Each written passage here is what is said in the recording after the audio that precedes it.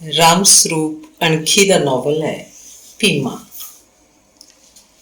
ये नॉवल समर्पित है उन्होंने लोगों के नाम जिहड़े रोजी रोटी की तलाश विच पराइयां धरतियां उत्ते जा वसते ने ते फिर वही धरती उन्हों की अपनी धरती हो जाती है।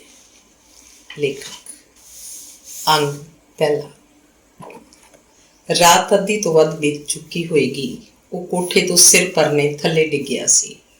विड़ा चाहे कच्चा सी पर सिर भार डिगण की सट बुरी सी। लग्या जिवें कोई सुक्की भारी लक्कड़ दूरों डिगी होवे। सुन के डंगर पशु तो उठ खड़े सन। खड़िया ने कन्न चुक लए पर घर का बंदा कोई इधर नहीं आया।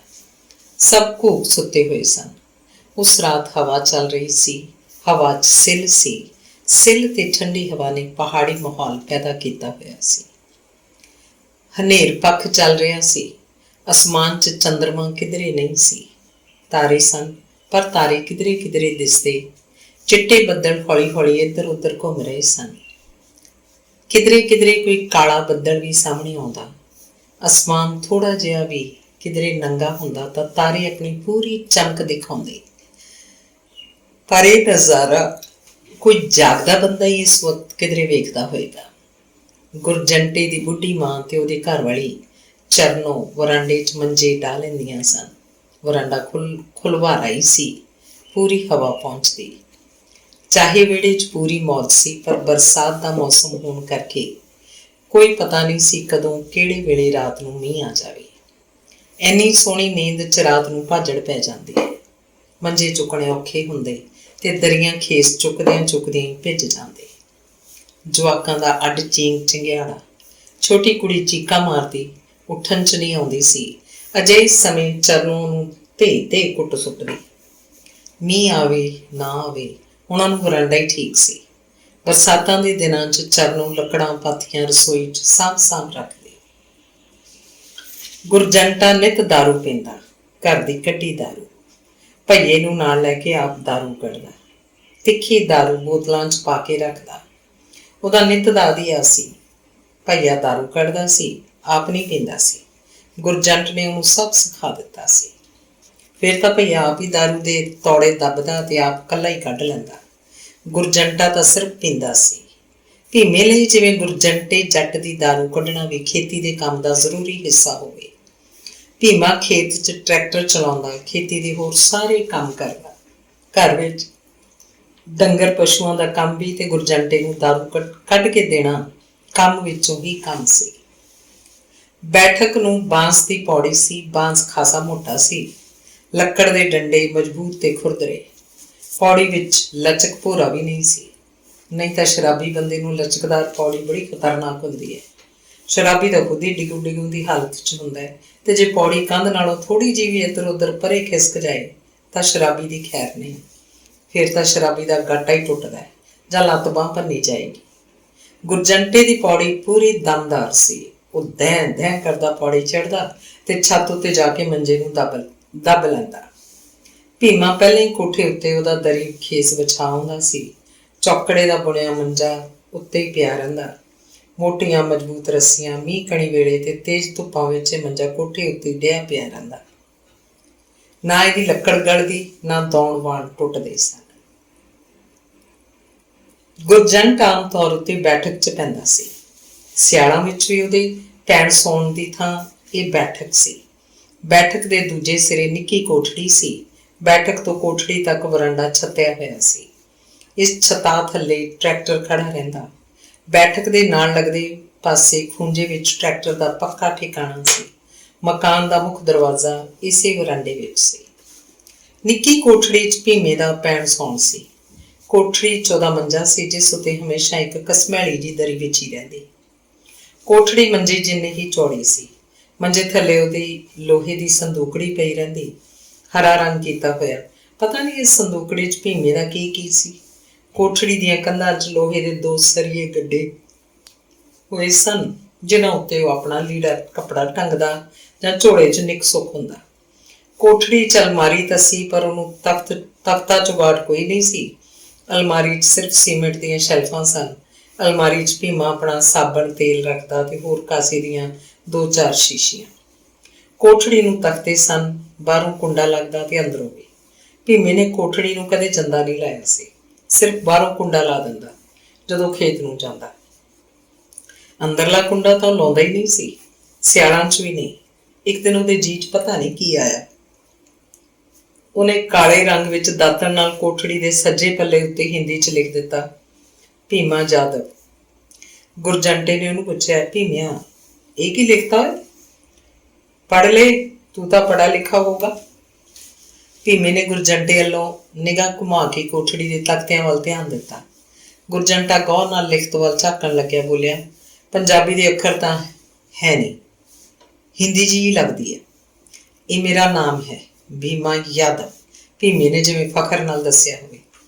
ਭੀਮਾ ਤਾਂ ਠੀਕ ਹੈ, ਇਹ ਜਾਦਵ ਕੀ ਹੋਇਆ? ਗੁਰਜੰਟੇ ਨੇ ਪੁੱਛਿਆ। ਜੈਸੇ ਤੂੰ ਬਰਾੜ ਹੈਗਾ, ਮੈਂ ਜਾਦਵ ਹਾਂ। ਅੱਛਾ ਅੱਛਾ, ਇਹ ਗੋਤ ਹੈ ਤੁਹਾਡਾ। ਗੁਰਜੰਟਾ ਹਿਣ ਕਰਕੇ ਹੱਸਿਆ। ਹਾਂ, ਭੀਮਾ ਜਾਦਵ। ਭੀਮੇ ਨੇ ਅੱਖਾਂ ਚੌੜੀਆਂ ਕੀਤੀਆਂ ਤੇ ਭੀਮਾ ਜਾਦਵ ਬੋਲ ਕੇ ਮੂੰਹ ਘੁੱਟ ਲਿਆ। ਗੁਰਜੰਟ ਸਿੰਘ ਬਰਾੜ ਦੇ ਘਰ ਹੀ ਛੋਟੀ ਕੋਠੜੀ ਹੀ ਜਿਵੇਂ ਭੀਮੇ ਦਾ ਸੰਸਾਰ ਹੋਵੇ।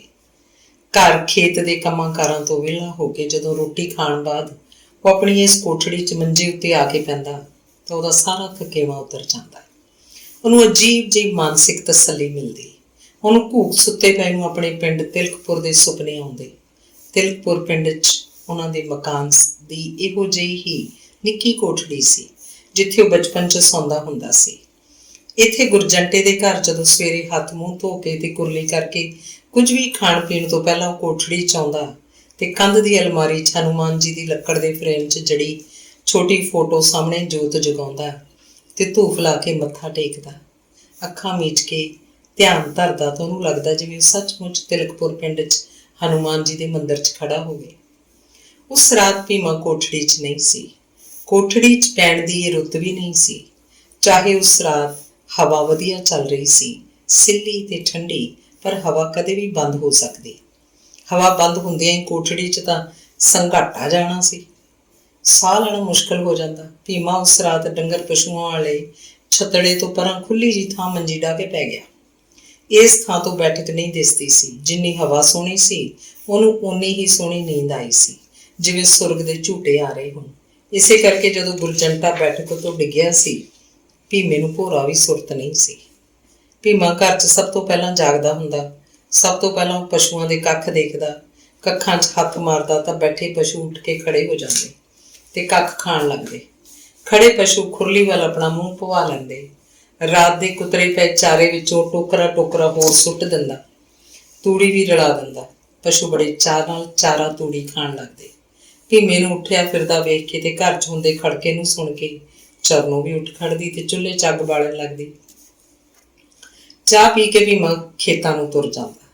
ਬੈਠਕ ਉੱਤੇ ਪਏ ਗੁਰਜੰਟੇ ਨੂੰ ਵੱਡੀ ਕੁੜੀ ਚਾਹ ਦੇ ਕੇ ਆਉਂਦੀ ਤੇ ਮੂੰਹ ਧੋਣ ਨੂੰ ਪਾਣੀ ਦਾ ਡੋਲੂ ਵੀ। ਉਸ ਦਿਨ ਸਵੇਰੇ ਸਵੇਰੇ ਜਦੋਂ ਸੂਰਜ ਹਾਲੇ ਦਿਸਣ ਨਹੀਂ ਲੱਗਿਆ ਸੀ, ਭੀਮੇ ਨੇ ਖੇਤਾਂ ਵੱਲ ਜਾਂਦਿਆਂ ਦੇਖਿਆ ਬੈਠਕ ਦੇ ਪਰਲੇ ਖੂੰਜੇ ਕੁਝ ਚਿੱਟਾ ਚਿੱਟਾ ਪਿਆ ਸੀ, ਜਿਵੇਂ ਕੱਪੜਿਆਂ ਦੀ ਖੁੱਲੀ ਗੱਠੜੀ ਜਿਹੀ। ਕੋਈ ਪਸ਼ੂਆਂ ਨੂੰ ਨੀਰਾ ਚਾਰਾ ਪਾਉਂਦਿਆਂ ਇੱਧਰ ਤਾਂ ਉਹਨੇ ਨਿਗਾਹ ਹੀ ਨਹੀਂ ਮਾਰੀ ਸੀ। ਉਹ ਬਾਹਰ ਜਾਣਾ ਭੁੱਲ ਕੇ ਉੱਧਰ ਨੂੰ ਹੀ ਔਲ ਪਿਆ। ਇਹ ਤਾਂ ਗੁਰਜੰਟ ਹੈ, ਉਹ ਦਹਿਲ ਗਿਆ। ਇਉਂ ਕਿਵੇਂ ਡਿੱਗਿਆ ਪਿਆ? ਕੀ ਉੱਤੋਂ ਡਿੱਗਿਆ? ਉਹ ਪਾਣੀ ਪਾਣੀ ਹੋਇਆ ਖੜਾ ਸੀ। ਉਹਨੇ ਉਹਦੀ ਮਣਾ ਭਾਰੀ ਦੇਹ ਨੂੰ ਉਲਟਾ ਕੇ ਦੇਖਿਆ। ਗੁਰਜੰਟੇ ਦੇ ਮੂੰਹ ਤੇ ਨਾਸਾਂ 'ਚੋਂ ਲਹੂ ਵਗਿਆ ਸੀ। ਉਹ ਬੇਹੋਸ਼ ਸੀ, ਸ਼ਾਇਦ ਮਰ ਨਾ ਗਿਆ ਹੋਵੇ। ਭੀਮੇ ਨੇ ਉਹਦਾ ਨੱਕ ਘੁੱਟ ਲਿਆ। ਮੂੰਹ ਥਾਣੀ ਗੁਰਜੰਟੇ ਨੂੰ ਹੱਥੋਂ ਆਇਆ ਤੇ ਲਹੂ ਦੀ ਚੂੜੀ ਬੰਬੇ ਦੇ ਪਾਣੀਆਂ ਬਾਹਰ ਨਿਕਲੀ ਜੋ ਉਹਦੀ ਦਾੜੀ 'ਚ ਹੀ ਸਮਾ ਗਈ। ਲਹੂ ਦੇ ਕੁਝ ਛਿੱਟੇ ਭੀਮੇ ਦੇ ਕੁੜਤੇ ਤੇ ਜਾ ਚਿਪਕੇ। ਭੀਮੇ ਨੇ ਉਹਦੇ ਕਾਲਜੇ ਉੱਤੇ ਹੱਥ ਧਰਿਆ। ਉੱਤੇ ਥੱਲੇ ਹੋ ਰਿਹਾ ਸੀ, ਸਾਹ ਵਗ ਰਿਹਾ ਸੀ। ਦੋਵੇਂ ਡੋਲਿਆਂ ਤੋਂ ਫੜ ਕੇ ਉਹਨੇ ਗੁਰਜੰਟੇ ਨੂੰ ਬੈਠਾ ਕਰਨਾ ਚਾਹਿਆ। ਉਹਦੀ ਗਰਦਨ ਪਿਛਾਂਹ ਨੂੰ ਲੁਟਕੀ ਹੋਈ ਸੀ। ਮੁਰਦੇ ਹਾਣੀਆਂ ਅੱਖਾਂ ਦੇ ਚਿੱਟੇ ਆਂਡੇ ਬਾਹਰ ਨੂੰ ਨਿਕਲ ਆਏ। ਭੀਮਾ ਡਰ ਗਿਆ, ਉੱਚੀ ਚੀਕ ਮਾਰੀ। ਬਾਂਸ ਦੀ ਪੌੜੀ ਕੋਲ ਆ ਕੇ ਖੜੀ ਵੱਡੀ ਕੁੜੀ ਦੇਬੋ ਦੇ ਹੱਥੋਂ ਪਾਣੀ ਦਾ ਡੋਲੂ ਥੱਲੇ ਡਿੱਗ ਪਿਆ।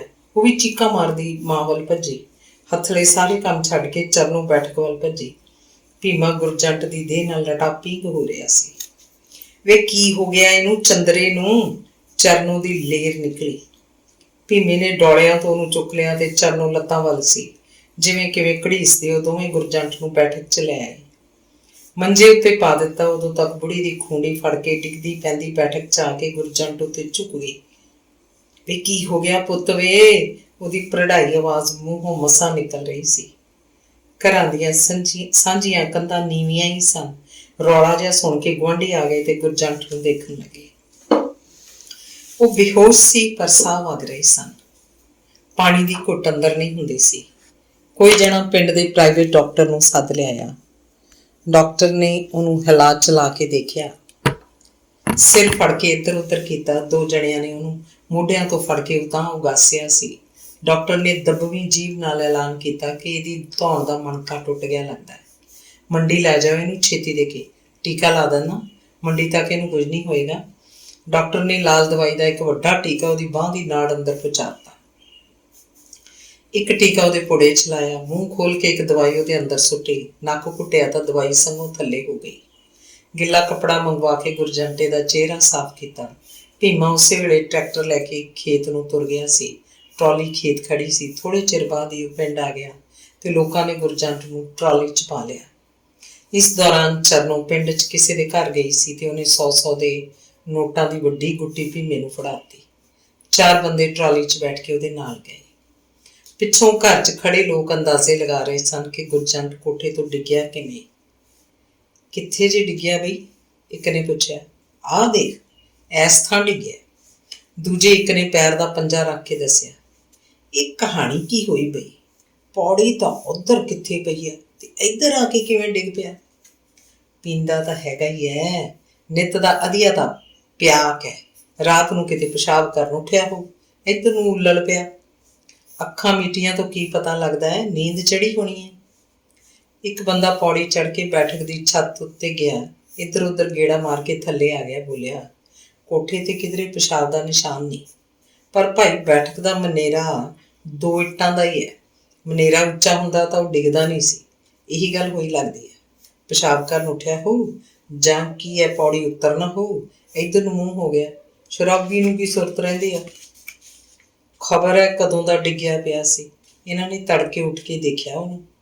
ਓਏ ਯਾਰ, ਗੁਰਜੰਟੇ ਚੋਂ ਵੀ ਕੀ ਰਹਿ ਗਿਆ? ਕਾਨਿਆਂ ਦਾ ਘੋੜਾ ਜਾ ਤਾਂ ਹੈਗਾ, ਭੁੱਕੀ ਖਾ ਕੇ ਖੇਤ ਨੂੰ ਜਾਂਦਾ ਹੈ। ਰਾਤ ਨੂੰ ਦਾਰੂ ਪੀ ਕੇ ਰੋਟੀ ਖਾਣ ਦੀ ਵਾਣ ਹੈ ਇਹਨੂੰ। ਇਹ ਤਾਂ ਬਸ ਰਿਹਾ ਹੀ ਪਿਆ ਹੈ। ਭਈਆ ਨਾ ਹੁੰਦਾ ਤਾਂ ਸਰ ਗਿਆ ਸੀ। ਓਏ ਭਾਈ, ਹੁਣ ਤਾਂ ਭਈਆ ਹੀ ਹੈ ਸਭ ਕਾਰ ਮੁਖਤਿਆਰ। ਦੇਖਿਆ, ਚਰਨੋਂ ਨੇ ਨੋਟਾਂ ਦੀ ਥੈਲੀ ਲਿਆ ਕੇ ਭਈਏ ਨੂੰ ਫੜਾਈ। ਨਾਲ ਗਿਆਂ ਦੀ ਕੀ ਇੱਜ਼ਤ ਰਹਿ ਗਈ ਬਈ? ਕਿਸੇ ਨੇ ਆਸਾ ਪਾਸਾ ਦੇਖ ਕੇ ਗੱਲ ਚਿਤਾਰੀ। ਉਹ ਗੁਰਜੰਟੇ ਨੂੰ ਬੰਗੜ ਮੰਡੀ ਦੇ ਸਰਕਾਰੀ ਹਸਪਤਾਲ 'ਚ ਲੈ ਕੇ ਗਏ। ਪਹਿਲਾਂ ਤਾਂ ਡਾਕਟਰ ਧਿਆਨ ਹੀ ਨਾ ਦੇਵੇ, ਇੱਧਰ ਉੱਧਰ ਤੁਰਿਆ ਫਿਰੇ। ਕਦੇ ਦਫ਼ਤਰ ਦੀ ਕੁਰਸੀ ਤੇ ਬੈਠ ਕੇ ਗੱਲਾਂ ਪੁੱਛਣ ਲੱਗੇ, ਗੱਲ ਸੁਣਦਾ ਪਾਸੇ ਨੂੰ ਝਾਕਣ ਲੱਗਦਾ ਸੀ। ਫਿਰ ਨਾਲ ਗਏ ਇੱਕ ਸਿਆਣੇ ਬੰਦੇ ਨੇ ਭੀਮੇ ਨੂੰ ਪਰੇ ਲਿਜਾ ਕੇ ਗੱਲ ਕੀਤੀ। ਇਸ਼ਾਰੇ ਨਾਲ ਡਾਕਟਰ ਨੂੰ ਨਾਲ ਦੇ ਖਾਲੀ ਕਮਰੇ 'ਚ ਬੁਲਾਇਆ। ਡਾਕਟਰ ਆਪਣੇ ਦਫ਼ਤਰ 'ਚ ਆ ਕੇ ਪਰਚੀ ਲਿਖਣ ਲੱਗਿਆ। ਹਸਪਤਾਲ ਦੇ ਮੁੱਖ ਦੁਆਰ ਸਾਹਮਣੇ 4-5 ਦਵਾਈਆਂ ਦੀਆਂ ਦੁਕਾਨਾਂ ਸੀ। ਜੋ ਕੁਝ ਡਾਕਟਰ ਨੇ ਲਿਖਿਆ ਸੀ ਉਹ ਲੈ ਆਏ। ਡਾਕਟਰ ਨੇ ਜਨਰਲ ਵਾਰਡ ਦੇ ਇੱਕ ਖਾਲੀ ਬੈੱਡ ਉੱਤੇ ਪਏ ਗੁਰਜੰਟੇ ਨੂੰ ਤੁਰੰਤ ਗਲੂਕੋਜ਼ ਚੜ੍ਹਾ ਦਿੱਤਾ। ਗਲੂਕੋਜ਼ ਦੀ ਨਾਲੀ 'ਚ 2 ਟੀਕੇ ਲਾਏ। ਇੱਕ ਟੀਕਾ ਪਾਸਾ ਮਰਵਾ ਕੇ ਪੁੜੇ 'ਚ ਲਾਤਾ। ਦੂਜੀ ਬੋਤਲ ਨੂੰ ਗੁਰਜੰਟਾ ਅੱਖਾਂ ਪੁੱਟਣ ਲੱਗਿਆ, ਜਿਵੇਂ ਆਪਣਾ ਆਲਾ ਦੁਆਲਾ ਸਿਆਣਦਾ ਹੋਵੇ। ਬੋਲ ਨਹੀਂ ਰਿਹਾ ਸੀ, ਗੱਲ ਸੁਣਦੀ ਸੀ ਉਹਨੂੰ, ਜਿਵੇਂ ਅੱਖਾਂ ਨਾਲ ਹੀ ਹੁੰਗਾਰਾ ਭਰਦਾ ਹੋਵੇ। ਆਥਣ ਤੱਕ ਜਗਤਪੁਰ ਪਿੰਡ ਦੇ ਹੋਰ ਬੰਦੇ ਵੀ ਗੁਰਜੰਟੇ ਦਾ ਪਤਾ ਲੈਣ ਆਏ। ਫਿਰ ਸਭ ਚਲੇ ਗਏ ਸਨ। ਹਸਪਤਾਲ 'ਚ ਰਾਤ ਨੂੰ ਉਹਦੇ ਕੋਲ ਭੀਮਾ ਸੀ ਤੇ ਗੁਆਂਢ ਵਿੱਚੋਂ ਸਰੀਕੇ ਦੇ ਦੋ ਹੋਰ ਬੰਦੇ। ਚਰਨੋਂ ਵੀ ਆਈ ਸੀ। ਗੁਰਜੰਟੇ ਦਾ ਇਹ ਹਾਲ ਦੇਖ ਕੇ ਅੱਖਾਂ ਭਰੀਆਂ ਸਨ। ਬੰਦਿਆਂ ਨਾਲ ਹੀ ਪਿੰਡ ਨੂੰ ਮੁੜ ਗਈ। ਸ਼ਰੀਕੇ ਦੇ ਬੰਦਿਆਂ ਨੇ ਉਹਦਾ ਦਿਲ ਤਕੜਾ ਕੀਤਾ। ਚਰਨੋਂ, ਤੂੰ ਭਾਈ ਇੱਥੇ ਕੀ ਕਰੇਂਗੀ? ਪਿੰਡ ਜਾ ਕੇ ਜਵਾਕ ਸਾਂਭ, ਅਸੀਂ ਹੈਗੇ ਹਾਂ। ਇਹਦਾ ਹੁਣ ਵਾਲ ਵਿੰਗਾ ਨਹੀਂ ਹੁੰਦਾ, ਤੂੰ ਚਿੰਤਾ ਛੱਡ ਦੇ। ਚਰਨੋਂ ਹੋਰ ਪੈਸੇ ਲੈ ਕੇ ਆਈ ਸੀ। ਇਹ ਪੈਸੇ ਉਹਨੇ ਓਹਲੇ ਹੋ ਕੇ ਭੀਮੇ ਨੂੰ ਫੜਾਏ ਸਨ। ਆਖਿਆ ਸੀ, ਭੀਮ, ਤੂੰ ਪੈਸੇ ਟਕੇ ਕੰਨਿਓ ਹੱਥ ਨਾ ਘੁੱਟੀ, ਆਪਾਂ ਨੂੰ ਬੰਦਾ ਚਾਹੀਦਾ। ਪੈਸੇ ਤਾਂ ਹੱਥਾਂ ਦੀ ਮੈਲ ਹੁੰਦੇ ਨੇ, ਆਪਣਾ ਤਾਂ ਕਮਲਿਆ ਇਸੇ ਨਾਲ ਹੀ ਜਹਾਨ ਹੈ। ਚਰਨ ਕੌਰ, ਤੂੰ ਫਿਕਰ ਨਹੀਂ ਕਰਨਾ, ਡਾਕਟਰ ਹੁਣ ਇਹਨੂੰ ਮਰਨ ਨਹੀਂ ਦਿੰਦੇ ਹੈਗੇ। ਜੇ ਇੱਥੇ ਇਲਾਜ ਨਹੀਂ ਹੁੰਦਾ ਹੈਗਾ ਤਾਂ ਫਿਰ ਬਠਿੰਡੇ ਲੈ ਜਾਵਾਂਗੇ। ਭੀਮਾ ਹੌਸਲੇ 'ਚ ਸੀ। ਪੈਸੇ ਕੁੜਤੇ ਦੀ ਮੂਹਰਲੀ ਜੇਬ 'ਚ ਪਾ ਕੇ ਉੱਤੋਂ ਦੀ ਬਕਸੂਆ ਲਾ ਰੱਖਿਆ ਸੀ। ਗਲੂਕੋਜ਼ ਦੀਆਂ ਬੋਤਲਾਂ ਅੱਧੀ ਰਾਤ ਤੱਕ ਲੱਗਦੀਆਂ ਰਹੀਆਂ। ਫਿਰ ਸੌਂ ਗਿਆ ਸੀ। ਉਹ ਤੜਕੇ ਉਹ ਪਿਆ ਪਿਆ ਹੀ ਜਾਗਿਆ ਸੀ। ਅੱਖਾਂ ਪੁੱਟੀਆਂ ਸਨ। ਹੌਲੀ ਹੌਲੀ ਬੋਲਣ ਵੀ ਲੱਗਿਆ, ਪਰ ਉਹ ਤੋਂ ਸਿਰ ਆਪਣੇ ਆਪ ਨਹੀਂ ਚੁੱਕਿਆ ਜਾਂਦਾ ਸੀ। ਉਹਦਾ ਟੱਟੀ ਪਿਸ਼ਾਬ ਬੈੱਡ ਉੱਤੇ ਹੀ ਕਰਵਾਇਆ ਗਿਆ। ਦਵਾਈਆਂ ਦਾ ਸਾਰਾ ਖਰਚਾ ਉਹਨਾਂ ਦੇ ਆਪਣੇ ਪੱਲਿਓਂ ਹੋ ਰਿਹਾ ਸੀ। ਅਖੀਰ 10 ਵਜੇ ਆ ਕੇ ਡਾਕਟਰ ਨੇ ਲਿਖ ਦਿੱਤਾ ਕਿ ਇਹਨੂੰ ਬਠਿੰਡੇ ਲਿਜਾਇਆ ਜਾਵੇ। ਅਸਲ 'ਚ ਗੱਲ ਇਹ ਸੀ ਕਿ ਹਸਪਤਾਲ 'ਚ ਹੱਡੀਆਂ ਦਾ ਡਾਕਟਰ ਛੁੱਟੀ ਉੱਤੇ ਗਿਆ ਹੋਇਆ ਸੀ। ਉਹਨੇ ਪਤਾ ਨਹੀਂ ਕਦੋਂ ਡਿਊਟੀ ਉੱਤੇ ਹਾਜ਼ਰ ਹੋਣਾ ਸੀ ਤੇ ਇਹ ਹੱਡੀਆਂ ਦਾ ਕੇਸ ਸੀ। ਕਿਉਂਕਿ ਉਹਨਾਂ ਨੇ ਡਾਕਟਰ ਦੀ ਜੇਬ ਗਰਮ ਕੀਤੀ ਹੋਈ ਸੀ, ਇਸ ਕਰਕੇ ਬੜੇ ਪਿਆਰ ਨਾਲ ਉਹਨਾਂ ਨੂੰ ਸਮਝਾ ਰਿਹਾ ਸੀ। ਬਠਿੰਡਾ ਹਸਪਤਾਲ ਵਿੱਚ ਹੱਡੀਆਂ ਦੇ ਡਾਕਟਰ ਦੇ ਨਾਂ ਇੱਕ ਵੱਖਰੀ ਚਿੱਠੀ ਲਿਖ ਕੇ ਵੀ ਦੇ ਦਿੱਤੀ। ਟਰੈਕਟਰ ਟਰਾਲੀ ਉੱਥੇ ਹੀ ਸੀ। ਉਸੇ ਵੇਲੇ ਬਠਿੰਡੇ ਨੂੰ ਤੁਰ ਪਏ। ਡਾਕਟਰ ਨੇ ਗੁਰਜੰਟ ਨੂੰ ਕੋਈ ਖਾਸ ਟੀਕਾ ਵੀ ਕੀਤਾ ਸੀ ਤਾਂ ਕਿ ਉਹ ਬਠਿੰਡੇ ਪਹੁੰਚਣ ਤੱਕ ਤਕੜਾ ਰਹੇ ਤੇ ਕੋਈ ਤਕਲੀਫ ਨਾ ਹੋਵੇ। ਬੰਗੜ ਮੰਡੀ ਤੋਂ ਤੁਰਿਆਂ ਉਹਨਾਂ ਨੇ 2-3 ਕਿਲੋਮੀਟਰ ਦਾ ਰਸਤਾ ਹੀ ਤੈਅ ਕੀਤਾ ਸੀ ਕਿ ਗੁਰਜੰਟਾ ਬੇਹੋਸ਼ ਹੋ ਗਿਆ, ਪਰ ਨਬਜ਼ ਚੱਲ ਰਹੀ ਸੀ। ਟਰੈਕਟਰ ਖੜਾ ਕੇ ਉਹਦਾ ਔੜ ਪੌੜ ਜਿਹਾ ਕਰਨ ਲੱਗੇ। ਪਾਣੀ ਦੀ ਤਿੱਪ ਵੀ ਉਹਦੇ ਸੰਗੋਂ ਥੱਲੇ ਨਹੀਂ ਉਤਰ ਰਹੀ ਸੀ, ਨੱਕ ਘੁੱਟੇ ਤੋਂ ਵੀ। ਭੀਮੇ ਨੇ ਟਰੈਕਟਰ ਰੇਲ ਬਣਾਤਾ ਤਾਂ ਕਿ ਉਹ ਛੇਤੀ ਬਠਿੰਡੇ ਪਹੁੰਚ ਸਕਣ। ਜਿਹੜਾ ਬੰਦਾ ਗੁਰਜੰਟ ਦੇ ਸਿਰਹਾਣੇ ਬੈਠਾ ਉਹਨੂੰ ਪਲੇ ਪਲੇ ਸਾਂਭ ਰਿਹਾ ਸੀ, ਉਹਨੇ ਗੁਰਜੰਟੇ ਦੇ ਮੂੰਹ ਨਿਕਲਦੀ ਹੋਈ ਕੋਈ ਅਜੀਬ ਆਵਾਜ਼ ਸੁਣੀ। ਪਤਾ ਨਹੀਂ ਇਹ ਆਵਾਜ਼ ਉਹਦੇ ਨੱਕ 'ਚੋਂ ਆ ਰਹੀ ਸੀ। ਇਹ ਘੂੰ ਘੂੰ ਵਰਗੀ ਮੱਧਮ ਆਵਾਜ਼ ਸੀ ਜੋ ਟਰੈਕਟਰ ਦੇ ਖੜਕੇ ਕਰਕੇ ਘੱਟ ਹੀ ਸੁਣਾਈ ਦਿੰਦੀ। ਉਹਨੇ ਦੂਜਿਆਂ ਨੂੰ ਦੱਸਿਆ ਤਾਂ ਟਰੈਕਟਰ ਰੋਕ ਲਿਆ ਗਿਆ। ਭੀਮੇ ਨੇ ਕਿਹਾ, ਇਹ ਇੰਜਣ ਬੰਦ ਹੀ ਕਰ ਦੇਵੇ। ਹੁਣ ਘੂੰ ਘੂੰ ਦੀ ਆਵਾਜ਼ ਸਾਫ਼ ਸੁਣਾਈ ਦੇਣ ਲੱਗੀ। ਭੀਮਾ ਟਰੈਕਟਰ ਦੀ ਸੀਟ ਛੱਡ ਕੇ ਟਰਾਲੀ 'ਚ ਆ ਬੈਠਾ। ਸਾਰੇ ਗੁਰਜੰਟੇ ਦੇ ਮੂੰਹ ਵੱਲ ਬਹੁਤ ਹੀ ਗੌਰ ਨਾਲ ਝਾਕ ਰਹੇ ਸਨ ਤੇ ਫਿਰ ਘੂੰ ਘੂੰ ਮੱਧਮ ਹੋਣ ਲੱਗੀ ਤੇ ਫਿਰ ਮੁੱਕ ਗਈ, ਜਿਵੇਂ ਕੁਝ ਵੀ ਨਾ ਵਾਪਰਿਆ ਹੋਵੇ। ਵਾਪਰ ਤਾਂ ਬਹੁਤ ਕੁਝ ਗਿਆ ਸੀ। ਗੁਰਜੰਟੇ ਦੀ ਨਬਜ਼ ਬੰਦ ਸੀ। ਕਾਲਜੇ ਨੂੰ ਹੱਥ ਲਾਇਆ। ਦਿਲ ਦੀ ਧੜਕਣ ਕਿਧਰੇ ਵੀ ਨਹੀਂ ਸੀ। ਪਿੰਡਾ ਠੰਡਾ ਸੀਤ ਸੀ। ਸਾਰੇ ਬੰਦੇ ਇੱਕ ਦੂਜੇ ਦੇ ਮੂੰਹਾਂ ਵੱਲ ਝਾਕਣ ਲੱਗੇ। ਅੱਖਾਂ ਦੂਜੀਆਂ ਅੱਖਾਂ ਨੂੰ ਪੁੱਛ ਰਹੀਆਂ ਸਨ, ਹੁਣ ਕੀ ਕੀਤਾ ਜਾਏ। ਬਠਿੰਡੇ ਜਾਣਾ ਤਾਂ ਬੇਅਰਥ ਸੀ। ਉਹਨਾਂ ਨੇ ਟਰੈਕਟਰ ਪਿੱਛਾਂ ਮੋੜ ਲਿਆ। ਅੰਗ ਦੂਸਰਾ। ਜਵਾਲੇ ਜੱਟ ਨੇ ਪੈਸੇ ਦੇ ਕੇ ਵਿਆਹ ਕਰਾਇਆ ਸੀ। ਉਹਦੇ ਕੋਲ 20 ਬਿੱਗੇ ਜ਼ਮੀਨ ਸੀ। ਬਹੁਤੀ ਪਹਿਲਾਂ ਹੀ ਗਹਿਣੇ ਟਿਕੀ ਹੋਈ ਸੀ। ਫਿਰ ਸਾਰੇ ਗਹਿਣੇ ਹੋ ਗਏ। ਮੁੰਡੇ ਤਾਂ ਉਹਨੇ 3 ਜੰਮ ਲਏ, ਪਰ ਜ਼ਮੀਨ ਸਾਰੀ ਉਮਰ ਨਹੀਂ ਛੁਡਾ ਸਕਿਆ। ਉਹਨਾਂ ਦਿਨਾਂ 'ਚ ਜ਼ਮੀਨ ਦੀ ਇੰਨੀ ਕੀਮਤ ਨਹੀਂ ਸੀ। ਪਾਣੀ ਦਾ ਕੋਈ ਸਾਧਨ ਨਹੀਂ ਸੀ। ਮਾਰੂ ਜ਼ਮੀਨਾਂ ਸਨ। ਮੀਂਹ ਚੰਗਾ ਪੈ ਜਾਂਦਾ ਤਾਂ ਫਸਲ ਚੰਗੀ ਹੋ ਜਾਂਦੀ, ਨਹੀਂ ਤਾਂ ਜੱਟ ਸੱਖਣੇ ਬੈਠੇ ਰਹਿੰਦੇ, ਹੱਥ ਤੇ ਹੱਥ ਧਰੀ ਰੱਬ ਦੇ ਮੂੰਹ ਵੱਲ ਝਾਕਦੇ। ਬੇਸ਼ਰਮੀ ਦੇ ਤਾਣ ਕਮਜ਼ੋਰ ਟੱਬਰ ਕੁੜੀਆਂ ਵੇਚਦੇ, ਪੈਸੇ ਲੈ ਕੇ ਵਿਆਹੁੰਦੇ, ਇੱਕ ਤਰ੍ਹਾਂ ਕੁੜੀ ਨੂੰ ਵੇਚਦੇ ਹੀ ਸੀ। ਥੋੜੀਆਂ ਜ਼ਮੀਨਾਂ ਵਾਲੇ ਜੱਟਾਂ ਦੇ ਮੁੰਡਿਆਂ ਨੂੰ ਪੁੰਨ ਦਾ ਸਾਕ ਨਹੀਂ ਹੁੰਦਾ ਸੀ, ਕਿਉਂਕਿ ਉਹ ਭੂਮੀ ਮਾਲਕ ਤਾਂ ਹੁੰਦੇ ਹੀ ਜ਼ਮੀਨ ਗਹਿਣੇ ਧਰਦੇ ਤੇ ਮੁੰਡਾ ਵਿਆਹ ਲੈਂਦੇ। ਕਮਾਈ ਚੰਗੀ ਹੁੰਦੀ ਰਹਿੰਦੀ ਤਾਂ ਗਹਿਣੇ ਧਰੀ ਜ਼ਮੀਨ ਵੀ ਛੁੱਟ ਜਾਂਦੀ, ਫਿਰ ਤਾਂ ਸਾਰੇ ਰੰਗ ਭਾਗ ਲੱਗ ਜਾਂਦੇ। ਪਰ ਜਵਾਲਾ ਜਿਹਾ ਨਹੀਂ ਕਰ ਸਕਿਆ। ਉਹ ਇਕੱਲਾ ਕਹਿਰਾ ਬੰਦਾ ਸੀ। ਜਦੋਂ ਸਾਰੀ ਜ਼ਮੀਨ ਗਹਿਣੇ ਸੀ ਤਾਂ ਕਮਾਈ ਕਿੱਥੋਂ ਹੁੰਦੀ। ਜਵਾਲਾ ਭੇਡਾਂ ਬੱਕਰੀਆਂ ਪਾਲਦਾ। ਇਸ ਕੰਮ 'ਚੋਂ ਹੀ ਉਹਦੇ ਟੱਬਰ ਦਾ ਗੁਜ਼ਾਰਾ ਸੀ। ਹਰ ਸਾਲ ਭੇਡਾਂ ਦੀ ਉੱਨ ਵੇਚ ਲੈਂਦਾ ਤੇ ਬੱਕਰੀਆਂ ਦੇ ਮੇਮਣੇ ਪਾਲ ਕੇ ਬੱਕਰੇ ਵੇਚਦਾ। ਸ਼ਹਿਰਾਂ ਦੇ ਕਸਾਈ ਪਿੰਡਾਂ 'ਚ ਆ ਕੇ ਬੱਕਰੇ ਲੈ ਜਾਂਦੇ। ਨਵੇਂ ਕਠੋਰਿਆਂ ਦਾ ਬਹੁਤਾ ਮੁੱਲ ਪੈਂਦਾ। ਤਿੰਨੇ ਮੁੰਡਿਆਂ ਨੂੰ ਉਹ ਡੱਕਵਾਂ ਬੱਕਰੀਆਂ ਦਾ ਦੁੱਧ ਪਿਆਉਂਦਾ, ਆਪ ਪੀਂਦਾ ਤੇ ਮੁੰਡਿਆਂ ਦੀ ਮਾਂ ਵੀ। ਮੁੰਡੇ ਦਿਨੋਂ ਦਿਨ ਕੱਦ ਕੱਢਦੇ ਤੁਰੇ ਜਾਂਦੇ, ਪਰ ਭੇਡਾਂ ਬੱਕਰੀਆਂ 'ਚੋਂ ਇੰਨੀ ਕਮਾਈ ਨਹੀਂ ਸੀ ਕਿ ਉਹ ਆਪਣੀ ਜ਼ਮੀਨ ਛੁਡਾ ਸਕੇ। ਅੱਗੇ ਹੁਣ ਮੁੰਡੇ ਵਿਆਹੁਣ ਦਾ ਮਸਲਾ ਸਾਹਮਣੇ ਆ ਖੜਾ। ਵੱਡਾ ਮੁੰਡਾ ਗਿੰਦਰ 30 ਸਾਲ ਦਾ ਹੋ ਚੁੱਕਿਆ ਸੀ। ਉਹ ਪਿਓ ਨਾਲ ਭੇਡਾਂ ਬੱਕਰੀਆਂ ਦਾ ਕੰਮ ਕਰਦਾ। ਜ਼ਮੀਨ ਨਹੀਂ ਸੀ ਤਾਂ ਉਹਨੂੰ ਡੋਲਾ ਕਿੱਥੇ। ਦੂਜੇ ਛੋਟੇ ਵਰਿਆਮ ਤੇ ਖੇਤਾਂ ਦੂਜੇ ਜੱਟਾਂ ਦੇ ਖੇਤਾਂ 'ਚ ਕੰਮ ਕਰਦੇ। ਪਹਿਲਾਂ ਪਾਲੀ ਰਲਦੇ ਰਹੇ, ਫਿਰ ਸੀਰੀ ਰਲਣ ਲੱਗੇ। ਕੋਈ ਜੱਟ ਸ਼ਰੀਕ ਜੱਟਾਂ ਨਾਲ ਸੀਰੀ ਰਲਿਆ ਹੋਵੇ, ਇਹ ਬਹੁਤ ਵੱਡੀ ਮਿਹਣੇ ਵਾਲੀ ਗੱਲ ਸੀ, ਪਰ ਕੀ ਕਰਦੇ, ਰੋਟੀ ਕਿੱਧਰੋਂ ਖਾਣੀ ਸੀ। ਫਾਇਦਾ ਇਹ ਹੋਇਆ ਕਿ ਇਸ ਬਹਾਨੇ ਉਹ ਖੇਤੀ ਦੇ ਕੰਮ 'ਚ ਮਾਹਰ ਹੋ ਗਏ। ਬੁੜਾ ਬੁੜੀ ਜਦੋਂ ਮਰੇ, ਤਿੰਨਾਂ ਭਰਾਵਾਂ ਨੇ ਬੈਠ ਕੇ ਮਤਾ ਪਕਾਇਆ ਕਿ ਉਹ ਹਿੱਸੇ ਉੱਤੇ ਜ਼ਮੀਨ ਲੈ ਕੇ ਆਪ ਖੇਤੀ ਕਰਨਗੇ। ਗਿੰਦਰ ਨੇ ਭੇਡਾਂ ਬੱਕਰੀਆਂ ਸਭ ਵੇਚ ਦਿੱਤੀਆਂ। ਚਾਰ ਨੂੰ ਸਿਰਫ 2 ਬੱਕਰੀਆਂ ਘਰ ਰੱਖੀਆਂ। ਭੇਡਾਂ ਬੱਕਰੀਆਂ ਦੀ ਵੱਟਤ ਨਾਲ ਉਹਨਾਂ ਨੇ ਪਹਿਲਾਂ 2 ਬਲਦ ਖਰੀਦੇ। ਪਹਿਲਾਂ ਉਹ ਸ਼ਰੀਕੇ ਕਬੀਲੇ 'ਚੋਂ ਖੇਤੀ ਦੇ ਸੰਦ ਉਧਾਰੇ ਮੰਗ ਲੈਂਦੇ ਸਨ, ਫਿਰ ਹੌਲੀ ਹੌਲੀ ਕਰਕੇ ਆਪ ਸਾਰੇ ਸੰਦ ਬਣਾ ਲਏ। ਗਿੰਦਰ ਉਤਲੇ ਕੰਮਾਂ ਤੇ ਰਹਿੰਦਾ ਸੀ। ਉਹ ਪੂਰਾ ਹਿਸਾਬੀ ਕਿਤਾਬੀ ਬੰਦਾ ਸੀ, ਮਿਹਨਤੀ ਤੇ ਜ਼ਬਾਨ ਦਾ ਮਿੱਠਾ। ਤਿੰਨੇ ਭਾਈ ਨਾ ਦਿਨ ਵੇਖਦੇ ਨਾ ਰਾਤ, ਪਸ਼ੂਆਂ ਵਾਂਗ ਸਿਰ ਸੁੱਟ ਕੇ ਕੰਮ ਕਰਦੇ। ਉਹ ਅਗਲੇ ਨੂੰ ਡੂਢੀ ਦੁੱਗਣੀ ਫਸਲ ਕੱਢ ਕੇ ਦਿੰਦੇ। ਇਹੀ ਨਹੀਂ, ਅਗਲੇ ਦੀ ਜ਼ਮੀਨ ਨੂੰ ਨਾਲ ਦੀ ਨਾਲ ਸਵਾਰਦੇ ਵੀ ਰਹਿੰਦੇ। ਹਰ ਕੋਈ ਉਹਨਾਂ ਨੂੰ ਜ਼ਮੀਨ ਦੇ ਕੇ ਰਾਜ਼ੀ ਸੀ, ਫਿਰ ਇਮਾਨਦਾਰ ਹਰ ਦਰਜੇ ਦੇ। ਮਾਲਕ ਨੂੰ ਖੇਤ 'ਚ ਗੇੜਾ ਨਹੀਂ ਮਾਰਨਾ ਪੈਂਦਾ ਸੀ। ਫਸਲ ਕੱਢਣ ਦੇ ਦਿਨਾਂ 'ਚ ਮਾਲਕ ਉਹਨਾਂ ਦੇ ਸਿਰ ਤੇ ਆ ਕੇ ਨਹੀਂ ਪੈਂਦਾ ਸੀ। ਉਹ ਜਿੰਨਾ ਦਿੰਦੇ ਮਾਲਕ ਹੱਸ ਕੇ ਘਰ 'ਚ ਸੁਟਵਾ ਲੈਂਦਾ। ਕੁਝ ਸਾਲਾਂ ਬਾਅਦ ਹੀ ਉਹ ਠੇਕੇ ਤੇ ਜ਼ਮੀਨ ਲੈਣ ਲੱਗੇ। ਠੇਕੇ ਉੱਤੇ ਉਹਨਾਂ ਨੂੰ ਫਾਇਦਾ ਸੀ ਤੇ ਮਾਲਕ ਨੂੰ ਵੀ। ਮੀਂਹ ਜਾਵੇ ਹਨੇਰੀ ਜਾਏ, ਮਾਲਕ ਨੇ ਠੇਕਾ ਪੂਰਾ ਕਰ ਲੈਣਾ ਹੁੰਦਾ। ਉਹਨਾਂ ਨੂੰ ਇਹ ਫਾਇਦਾ ਸੀ ਕਿ ਉਹ ਜਿੰਨੀ ਵੱਧ ਕਮਾਈ ਕਰਦੇ, ਜਿੰਨੀ ਵੱਧ ਫਸਲ ਕੱਢਦੇ, ਸਭ ਉਹਨਾਂ ਦਾ ਆਪਣਾ ਸੀ। ਤੇ ਫਿਰ ਗਿੰਦਰ ਨੇ ਪੁਰਾਣੇ ਬਲਦ ਵੇਚ ਕੇ ਬੰਗੜ ਮੰਡੀ ਤੋਂ ਨਵੇਂ 2 ਬੈਠ ਕੇ ਲਿਆਂਦੇ। ਨਰਦਾਂ ਵਰਗੇ ਬੈਠ ਕੇ, ਪੂਰੇ ਚੁਸਤ ਚਲਾਕ, ਪਿੰਡੇ ਨੂੰ ਹੱਥ ਕਿਹੜਾ ਲੱਗਣ ਦਿੰਦੇ। ਕਰੜੀ ਤੋਂ ਕਰੜੀ ਭੋਏ ਵੀ ਉਹਨਾਂ ਦੀ ਜੋੜੀ ਸਾਹਮਣੇ ਰੇਤਾ ਰੇਤਾ ਹੋ ਕੇ ਰਹਿ ਜਾਂਦੀ। ਤਿੰਨੇ ਭਰਾ ਨਾ ਦਾਰੂ ਪੀਂਦੇ, ਨਾ ਅੰਡੇ ਮੀਟ ਨੂੰ ਹੱਥ ਲਾਉਂਦੇ। ਉਹ ਕੋਈ ਨਸ਼ਾ ਵੀ ਨਹੀਂ ਕਰਦੇ ਸੀ। ਉਹਨਾਂ ਚੋਂ ਕੋਈ ਵੀ ਮੁੰਡਿਆਂ ਦੀ ਢਾਣੀ 'ਚ ਨਹੀਂ ਬਹਿੰਦਾ ਸੀ। ਉਹਨਾਂ ਨੂੰ ਕੋਈ ਵਕਤ ਹੀ ਨਹੀਂ ਸੀ ਕਿਧਰੇ ਰੋਕਣ ਦਾ। ਉਹ ਮਹਿੰਗੀ ਸਬਜ਼ੀ ਕਦੇ ਵੀ ਨਾ ਧਰਦੇ। ਕਦੇ ਕਦੇ ਆਲੂ ਬਣਾਉਂਦੇ ਜਾਂ ਫਿਰ ਮੂੰਗੀ ਦੀ ਦਾਲ, ਨਹੀਂ ਤਾਂ ਗੰਢਿਆਂ ਦੀ ਚਟਨੀ ਕੁੱਟ ਕੇ ਰੋਟੀ ਖਾ ਲੈਂਦੇ ਜਾਂ ਅੰਬ ਦਾ ਅਚਾਰ ਸੀ। ਰੋਟੀ ਟੁੱਕ ਦਾ ਕੰਮ ਖੇਤਾ ਕਰਦਾ ਸੀ। ਮੈਸ ਵੀ ਉਹੀ ਸਾਂਭਦਾ। ਘਰ ਦੇ ਹੋਰ ਸਾਰੇ ਕੰਮ ਖੇਤੇ ਜਿੰਮੇ ਸਨ। ਉਹ ਸਵੇਰੇ ਦਿਨ ਚੜੇ ਖੇਤ ਨੂੰ ਜਾਂਦਾ ਤੇ ਦਿਨ ਛਿਪਣ ਤੋਂ ਪਹਿਲਾਂ ਪਿੰਡ ਆ ਵੜਦਾ। ਹੌਲੀ ਹੌਲੀ ਉਹਨਾਂ ਨੇ ਗਹਿਣੇ ਧਰੀ ਜ਼ਮੀਨ ਵੀ ਛੁਡਾਉਣੀ ਸ਼ੁਰੂ ਕਰ ਦਿੱਤੀ। ਹਰ ਸਾਲ 4-5 ਵਿਗੇ ਜ਼ਮੀਨ ਛੁਡਾ ਲੈਂਦੇ। ਜਦੋਂ ਸਾਰੀ ਜ਼ਮੀਨ ਛੁੱਟ ਗਈ ਤੇ ਉਹਨਾਂ ਕੋਲ ਵਾਧੂ ਪੈਸਾ ਹੋ ਗਿਆ ਤਾਂ ਉਹ ਅੱਗੇ ਦੀਆਂ ਸਕੀਮਾਂ ਸੋਚਣ ਲੱਗੇ। ਗਿੰਦਰ ਚਾਹੇ ਅਨਪੜ੍ਹ ਸੀ, ਪਰ ਉਹਦਾ ਦਿਮਾਗ ਬਾਣੀਆਂ ਵਰਗਾ ਤਿੱਖਾ ਸੀ। ਉਹ ਦੂਜੇ ਬੁੜੇ ਟੁੱਟੇ ਜੱਟਾਂ ਨੂੰ ਵਿਆਜੂ ਪੈਸਾ ਦਿੰਦਾ। ਉਹਦੀ ਆਪਣੀ ਵਹੀ ਸੀ, ਵਹੀ ਉੱਤੇ ਬਾਣੀਆਂ ਤੋਂ ਲਿਖਤ ਕਰਵਾ ਲੈਂਦਾ।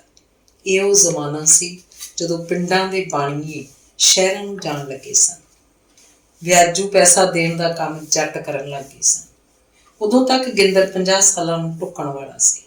ਵਰਿਆਮ 40 ਸਾਲ ਤੋਂ ਉੱਤੇ ਸੀ ਤੇ ਛੋਟਾ ਖੇਤਾ 40 ਤੋਂ ਖਾਸਾ ਥੱਲੇ ਸੀ। ਤਿੰਨੇ ਭਰਾਵਾਂ ਨੇ ਇੱਕ ਦਿਨ ਬਹਿ ਕੇ ਸਮਝ ਨਾਲ ਫੈਸਲਾ ਕੀਤਾ ਕਿ ਵੱਡੇ ਦੋਵਾਂ ਦੀ ਤਾਂ ਉਮਰ ਨਹੀਂ ਰਹੀ, ਛੋਟੇ ਖੇਤੇ ਨੂੰ ਵਿਆਹ ਲਿਆ ਜਾਏ। ਤਦ ਤੱਕ ਜਵਾਲੇ ਕੇ ਖੱਬੀ ਖਾਨ ਜੱਟ ਬਣ ਚੁੱਕੇ ਸਨ। ਉਹਨਾਂ ਦੇ ਘਰ ਸਭ ਰੰਗ ਭਾਗ ਲੱਗੇ ਹੋਏ ਸਨ। ਖੁਰਲੀਆਂ ਉੱਤੇ ਪੂਰੇ ਪਸ਼ੂ ਸਨ। ਉਹਨਾਂ ਨੇ ਪੱਕਾ ਮਕਾਨ ਪਾ ਲਿਆ ਸੀ। ਬਸ ਇੱਕੋ ਘਾਟ ਸੀ ਕਿ ਘਰ 'ਚ ਘਰ ਦੀ ਕੋਈ ਮਾਲਕਣ ਨਹੀਂ ਸੀ। ਉਹਨਾਂ ਨੇ ਗੱਲ ਹੀ ਕੀਤੀ ਕਿ ਖੇਤਾ ਝੱਟ ਵਿਆਹਿਆ ਗਿਆ। ਘਰ 'ਚ ਸੋਹਣੀ ਸੁਨੱਖੀ ਬਹੂ ਆ ਗਈ। ਉਹਨਾਂ ਦੀ ਰੋਟੀ ਪੱਕਦੀ ਹੋ ਗਈ। ਇੱਕੋ ਚੁੱਲ੍ਹੇ ਉੱਤੇ 3 ਭਰਾਵਾਂ ਦਾ ਜੀ ਲੱਗਦਾ। ਪਿੰਡ ਵਿਚਲਾ ਮਕਾਨ ਬਹੁਤ ਭੀੜਾ ਸੀ। ਪਤਾ ਨਹੀਂ ਉਹਨਾਂ ਦਾ ਪਿਓ ਉੱਥੇ ਕਿਵੇਂ ਦਿਨ ਕੱਟੀ ਜਾਂਦਾ ਸੀ। ਪਿੱਛੇ 2 ਸਬਾਤਾਂ ਸਨ। ਸਬਾਤਾਂ ਸਾਹਮਣੇ ਵਰਾਂਡਾ। ਇਸ ਵਰਾਂਡੇ ਦੇ ਇੱਕ ਪਾਸੇ ਖੁਰਲੀ ਸੀ। ਇਹ ਖੁਰਲੀ ਕਦੇ ਵਰਤੀ ਨਹੀਂ ਸੀ ਗਈ। ਇਸ 'ਚ ਘਰ ਦਾ ਨਿੱਕ ਸੁੱਕ ਜਿਹਾ ਪਿਆ ਰਹਿੰਦਾ। ਖੁਰਲੀ ਨਾਲ ਲੱਗਦੀ ਸਬਾਤ 'ਚ ਉਹਨਾਂ ਦੀ ਰਿਹਾਇਸ਼ ਸੀ। ਇਸ ਸਬਾਤ ਵਿੱਚ ਹੀ ਉਹਨਾਂ ਦੇ ਮਾਪਿਓ ਤੇ ਉਹ ਤਿੰਨੇ ਭਰਾ ਪਤਾ ਨਹੀਂ ਕਿਵੇਂ ਰਹੀ ਜਾਂਦੇ ਸੀ। ਵਰਾਂਡੇ ਸਾਹਮਣੇ ਨਿੱਕਾ ਵਿਹੜਾ ਸੀ। ਇਸ ਵਿਹੜੇ ਵਿੱਚ ਵੀ ਡੰਗਰ ਪਸ਼ੂ ਵੱਝਦਾ ਸੀ। ਮੀਂਹ ਕਣੀ ਦੇ ਦਿਨਾਂ ਵਿੱਚ ਜਾਂ ਸਿਆਲਾਂ ਲਈ ਦਰਵਾਜ਼ਾ ਸੀ। ਭੇਡਾਂ ਬੱਕਰੀਆਂ ਵਾਸਤੇ ਫਿਰਨੀ ਤੋਂ ਪਾਰ ਆਬਾਦੀ 'ਚ ਵਾੜਾ ਸੀ। ਇਸ ਵਾੜੇ ਦੇ ਆਲੇ ਦੁਆਲੇ ਕੰਧ ਕੋਈ ਨਹੀਂ ਸੀ। ਪੜੀਆਂ ਦਾ ਵਗਲ ਮਾਰ ਕੇ ਬਸ ਕਿੱਕਰਾਂ ਬੇਰੀਆਂ ਦੀਆਂ ਮੂੜੀਆਂ ਗੱਡੀਆਂ ਹੋਈਆਂ ਸਨ। ਉਹਨਾਂ ਦਾ ਪਿਓ ਜਵਾਲਾ ਤਾਂ ਸਾਰੀ ਉਮਰ ਆਪਣਾ ਨਵਾਂ ਮਕਾਨ ਬਣਾ ਨਾ ਸਕਿਆ। ਫਿਰਨੀ ਤੋਂ ਪਾਰ ਆਬਾਦੀਆਂ ਸਰਕਾਰ ਨੇ ਮਕਾਨਾਂ ਲਈ ਹੀ ਕੱਟੀਆਂ ਸਨ। ਮੁਰੱਬਾਬੰਦੀ ਵੇਲੇ ਜਾਂ ਇਹ ਆਬਾਦੀਆਂ ਰੂੜੀਆਂ ਲਈ ਸਨ। ਇਸ ਵਾੜੇ ਵਾਲੀ ਥਾਂ ਪੱਧਰੀ ਕਰਕੇ ਉਹਨਾਂ ਨੇ ਉੱਥੇ ਨਵਾਂ ਮਕਾਨ ਛੱਤ ਲਿਆ। ਇਹ ਸਕੀਮ ਵੱਡੇ ਭਾਈ ਜੋਗਿੰਦਰ ਸਿੰਘ ਦੀ ਸੀ। ਉਹਦਾ ਅੰਗਰੇਜ਼ਾਂ ਵਰਗਾ ਦਿਮਾਗ ਸੀ। ਉਹ ਦੂਰ ਦੀ ਸੋਚਦਾ। ਨਵਾਂ ਪੱਕਾ ਮਕਾਨ ਤਾਂ ਜ਼ਰੂਰੀ ਹੈ। ਕੋਈ ਜੱਟ ਉਹਨਾਂ ਨੂੰ ਕੁੜੀ ਤਾਦੀ ਦੇਗਾ ਜੇ ਜ਼ਮੀਨ ਦੇ ਨਾਲ ਨਾਲ ਉਹਨਾਂ ਕੋਲ ਚੰਗਾ ਮਕਾਨ ਵੀ ਹੋਇਆ। ਪਹਿਲਾਂ ਉਹਨਾਂ ਨੇ ਸਾਰੀ ਦੀ ਸਾਰੀ 20 ਵਿਗੇ ਗਹਿਣੇ ਧਰੀ ਜ਼ਮੀਨ ਛੁਡਵਾਈ। ਫਿਰ ਇਹ ਫਿਰਨੀਆਂ ਪਾਰ ਪੱਕਾ ਮਕਾਨ ਬਣਾਇਆ। ਗਿੰਦਰ ਦੀ ਵਿਉਂਤ ਸੀ ਕਿ ਨਵੇਂ ਪੱਕੇ ਮਕਾਨ ਬਗੈਰ ਸਰਦਾ ਨਹੀਂ। ਬਹੂ ਆਈ ਤਾਂ ਉਹਦੇ ਜਵਾਕ ਵੀ ਜੰਮਣਗੇ। ਉਹ ਤਿੰਨੇ ਭਰਾ ਤੇ ਜਵਾਕ ਜੱਲਾ ਕਿਸੇ ਖੁੱਲੇ ਡੁੱਲੇ ਮਕਾਨ 'ਚ ਰਹਿ ਸਕੇਗਾ। ਫਿਰ ਬਹੂ ਦੇ ਪੇਕਿਆਂ ਤੋਂ ਲੋਕ ਆਇਆ ਕਰਨਗੇ। ਵਸਿਆ ਰਸਿਆ ਘਰ ਦੇਖ ਕੇ ਉਹਨਾਂ ਦੇ ਹੋਰ ਰਿਸ਼ਤੇਦਾਰ ਵੀ ਆਉਣ ਲੱਗਣਗੇ। ਉਹ ਕਿੱਥੇ ਬੈਠਣ ਬਹਿਣਗੇ। ਨਵਾਂ ਮਕਾਨ ਤਾਂ ਬਹੁਤ ਜ਼ਰੂਰੀ ਹੈ। अंग तीसरा। ਵਿਆਹ ਤੋਂ ਅਗਲੇ ਸਾਲ ਹੀ ਖੇਤੇ ਦੀ ਬਹੂ ਨੇ ਮੁੰਡਾ ਜੰਮਿਆ। ਮੁੰਡਾ ਥੋੜਾ ਉਡਾਰ ਹੋਇਆ ਤਾਂ ਕੋਈ ਪਤਾ ਨਹੀਂ ਲੱਗਦਾ ਸੀ ਕਿ ਉਹਦਾ ਮੜੰਗਾ ਕਿਹਦੇ ਉੱਤੇ ਹੈ। ਤਿੰਨੇ ਭਰਾਵਾਂ ਦੇ ਚਿਹਰੇ ਇੱਕੋ ਜਿਹੇ ਸਨ। ਉਹੀ ਅੱਖਾਂ, ਉਹੀ ਨੱਕ, ਮੱਥਾ, ਬੁੱਲ, ਕੰਨ, ਸਭ ਦੇ ਜਵਾਲੇ ਬੁੜੇ ਉੱਤੇ ਗਏ ਸਨ। ਗੁਰਜੰਟ ਸਹੁੰ ਵੀ ਪਿਓ ਦਾਦੇ ਦੀ ਸ਼ਕਲ ਦਾ ਸੀ। ਬਹੂ ਵਿਆਹੀ ਚਾਹੇ ਖੇਤੇ ਨੂੰ ਸੀ, ਪਰ ਬਹੁਤਾ ਤੇ ਉਹ ਵੱਡੇ ਦਾ ਕਰਦੀ। ਘਰ ਕਬੀਲਦਾਰੀ ਦਾ ਸਾਰਾ ਢਾਂਚਾ ਗਿੰਦਰ ਦੇ ਹੱਥ ਮੱਥੇ ਸੀ। ਉਹ 5 ਕਰੇ 50 ਕਰੇ, ਕੋਈ ਉਹਨੂੰ ਰੋਕਣ ਟੋਕਣ ਵਾਲਾ ਨਹੀਂ ਸੀ। ਘਰ ਵਾਸਤੇ ਸੌਦਾ ਪੱਤਾ ਉਹੀ ਬੰਗੜ ਮੰਡੀ ਤੋਂ ਇਕੱਠਾ ਮਹੀਨੇ ਭਰ ਦਾ ਲੈ ਆਉਂਦਾ। ਤਿੰਨਾਂ ਭਰਾਵਾਂ ਦੇ ਕੱਪੜੇ ਆਪ ਖਰੀਦ ਕੇ ਲਿਆਉਂਦਾ ਸੀ। ਸੰਤ ਕੌਰ ਜਿੰਨੇ ਪੈਸੇ ਮੰਗਦੀ ਉਹ ਜੇਬ ਚੋਂ ਕੱਢ ਕੇ ਫੜਾ ਦਿੰਦਾ। ਤੀਵੀਆਂ ਨਾਲ ਉਹ ਮੰਡੀ ਜਾਂਦੀ ਤੇ ਆਪਣੇ ਵਾਸਤੇ ਨਵਾਂ ਸੂਟ ਕੋਈ ਲੈ ਆਉਂਦੀ। ਗੁਰਜੰਟ ਵਾਸਤੇ ਵੀ ਕੱਪੜੇ ਲੈ ਕੇ ਆਉਂਦੀ। ਪਿੰਡ ਦਾ ਦਰਜੀ ਸੰਤੀ ਦੇ ਮਨ ਭਾਉਂਦੇ ਕੱਪੜੇ ਸਿਉਂਦਾ ਸੀ। ਗੁਰਜੰਟ ਵਾਸਤੇ ਉਹ ਆਖਦੀ, ਭਾਈ ਕਰਤਾਰ, ਮੁੰਡੇ ਦਾ ਨਵੇਂ ਜਿਹੇ ਫੈਸ਼ਨ ਦਾ ਝੱਗਾ ਸਿਉਂਦੇ ਕੋਈ। ਦੂਜੇ ਜਵਾਕਾਂ ਦੀ ਰੀਸ ਸੇ ਤਾਂ ਸਿਆਪਾ ਪਾ ਕੇ ਬਹਿ ਜਾਂਦਾ। ਜਿੰਨੇ ਪੈਸੇ ਉਹ ਮੰਗਦੀ ਸੀ ਗਿੰਦਰ ਉਹਨੂੰ ਵੱਧ ਫੜਾਉਂਦਾ। ਆਖਦਾ, ਲੈ ਜਾ, ਆਹ ਹੋਰ ਲੈ ਜਾ, ਕੀ ਹੈ, ਥੁੜ ਜਾਂਦੇ ਆ। ਉਹ ਹਰ ਸਾਲ ਸੰਤੀ ਨੂੰ ਖੁਸ਼ ਰੱਖਦਾ। ਗੁਰਜੰਟ ਨੂੰ ਮੋਢੇ ਤੇ ਬਿਠਾ ਲੈਂਦਾ, ਪਿੰਡ ਦਾ ਗੇੜਾ ਕੱਢਦਾ। ਬਹਾਨੇ ਵਜੋਂ ਤਾਂ ਪਿੰਡ ਵਿੱਚੋਂ ਕਿਸੇ ਦੇ ਘਰ ਕੋਈ ਕੰਮ ਜਾਂਦਾ, ਪਰ ਅਸਲ 'ਚ ਗੁਰਜੰਟ ਦੀ ਨੁਮਾਇਸ਼ ਕਰਦਾ। ਖੇਤੇ ਦੀ ਗੋਦੀ ਤਾਂ ਗੁਰਜੰਟ ਚੜ੍ਹਦਾ ਹੀ ਨਹੀਂ ਸੀ, ਨਾ ਉਹ ਆਪ ਚੱਕਦਾ ਮੁੰਡੇ ਨੂੰ। ਉਹਨੂੰ ਤਾਂ ਤਾਇਆ ਹੀ ਸਭ ਕੁਝ ਸੀ, ਜਿਵੇਂ ਗਿੰਦਰ ਹੀ ਉਹਦਾ ਪਿਓ ਹੋਵੇ। ਜਦੋਂ ਗੁਰਜੰਟਾ ਥੋੜਾ ਉਡਾਰੂ ਹੋਇਆ ਤਾਂ ਤਾਏ ਨੂੰ ਪਾਣੀ ਧਾਣੀ ਦੇਣ ਲੱਗਿਆ ਥਾਲੀ 'ਚ ਰੋਟੀ ਪਾ ਕੇ ਸੰਤੀ ਰੱਖਦੀ। ਜਾਵੇ ਗੁਰਜੰਟ, ਪਹਿਲਾਂ ਤਾਏ ਨੂੰ ਦੇਖਿਆ। ਉਹਨੇ ਕਿਸੇ ਕੰਮ ਧੰਦੇ ਨਾ ਜਾਣਾ ਹੋਵੇ। ਗੁਰਜੰਟ ਗਿੰਦਰ ਨੂੰ ਬੜੇ ਚਾਅ ਨਾਲ ਰੋਟੀ ਖਵਾਉਂਦਾ ਸੀ। ਰੋਟੀ ਤੋਂ ਵਰਿਆਮ ਨੂੰ ਵੀ ਫੜਾਉਂਦਾ। ਚੁੱਪ ਕੀਤਾ ਜਿਹਾ, ਪਰ ਵਰਿਆਮ ਨਾਲ ਉਹ ਗਿੰਦਰ ਵਾਂਗ ਲਾਡ ਨਹੀਂ ਸੀ ਕਰਦਾ।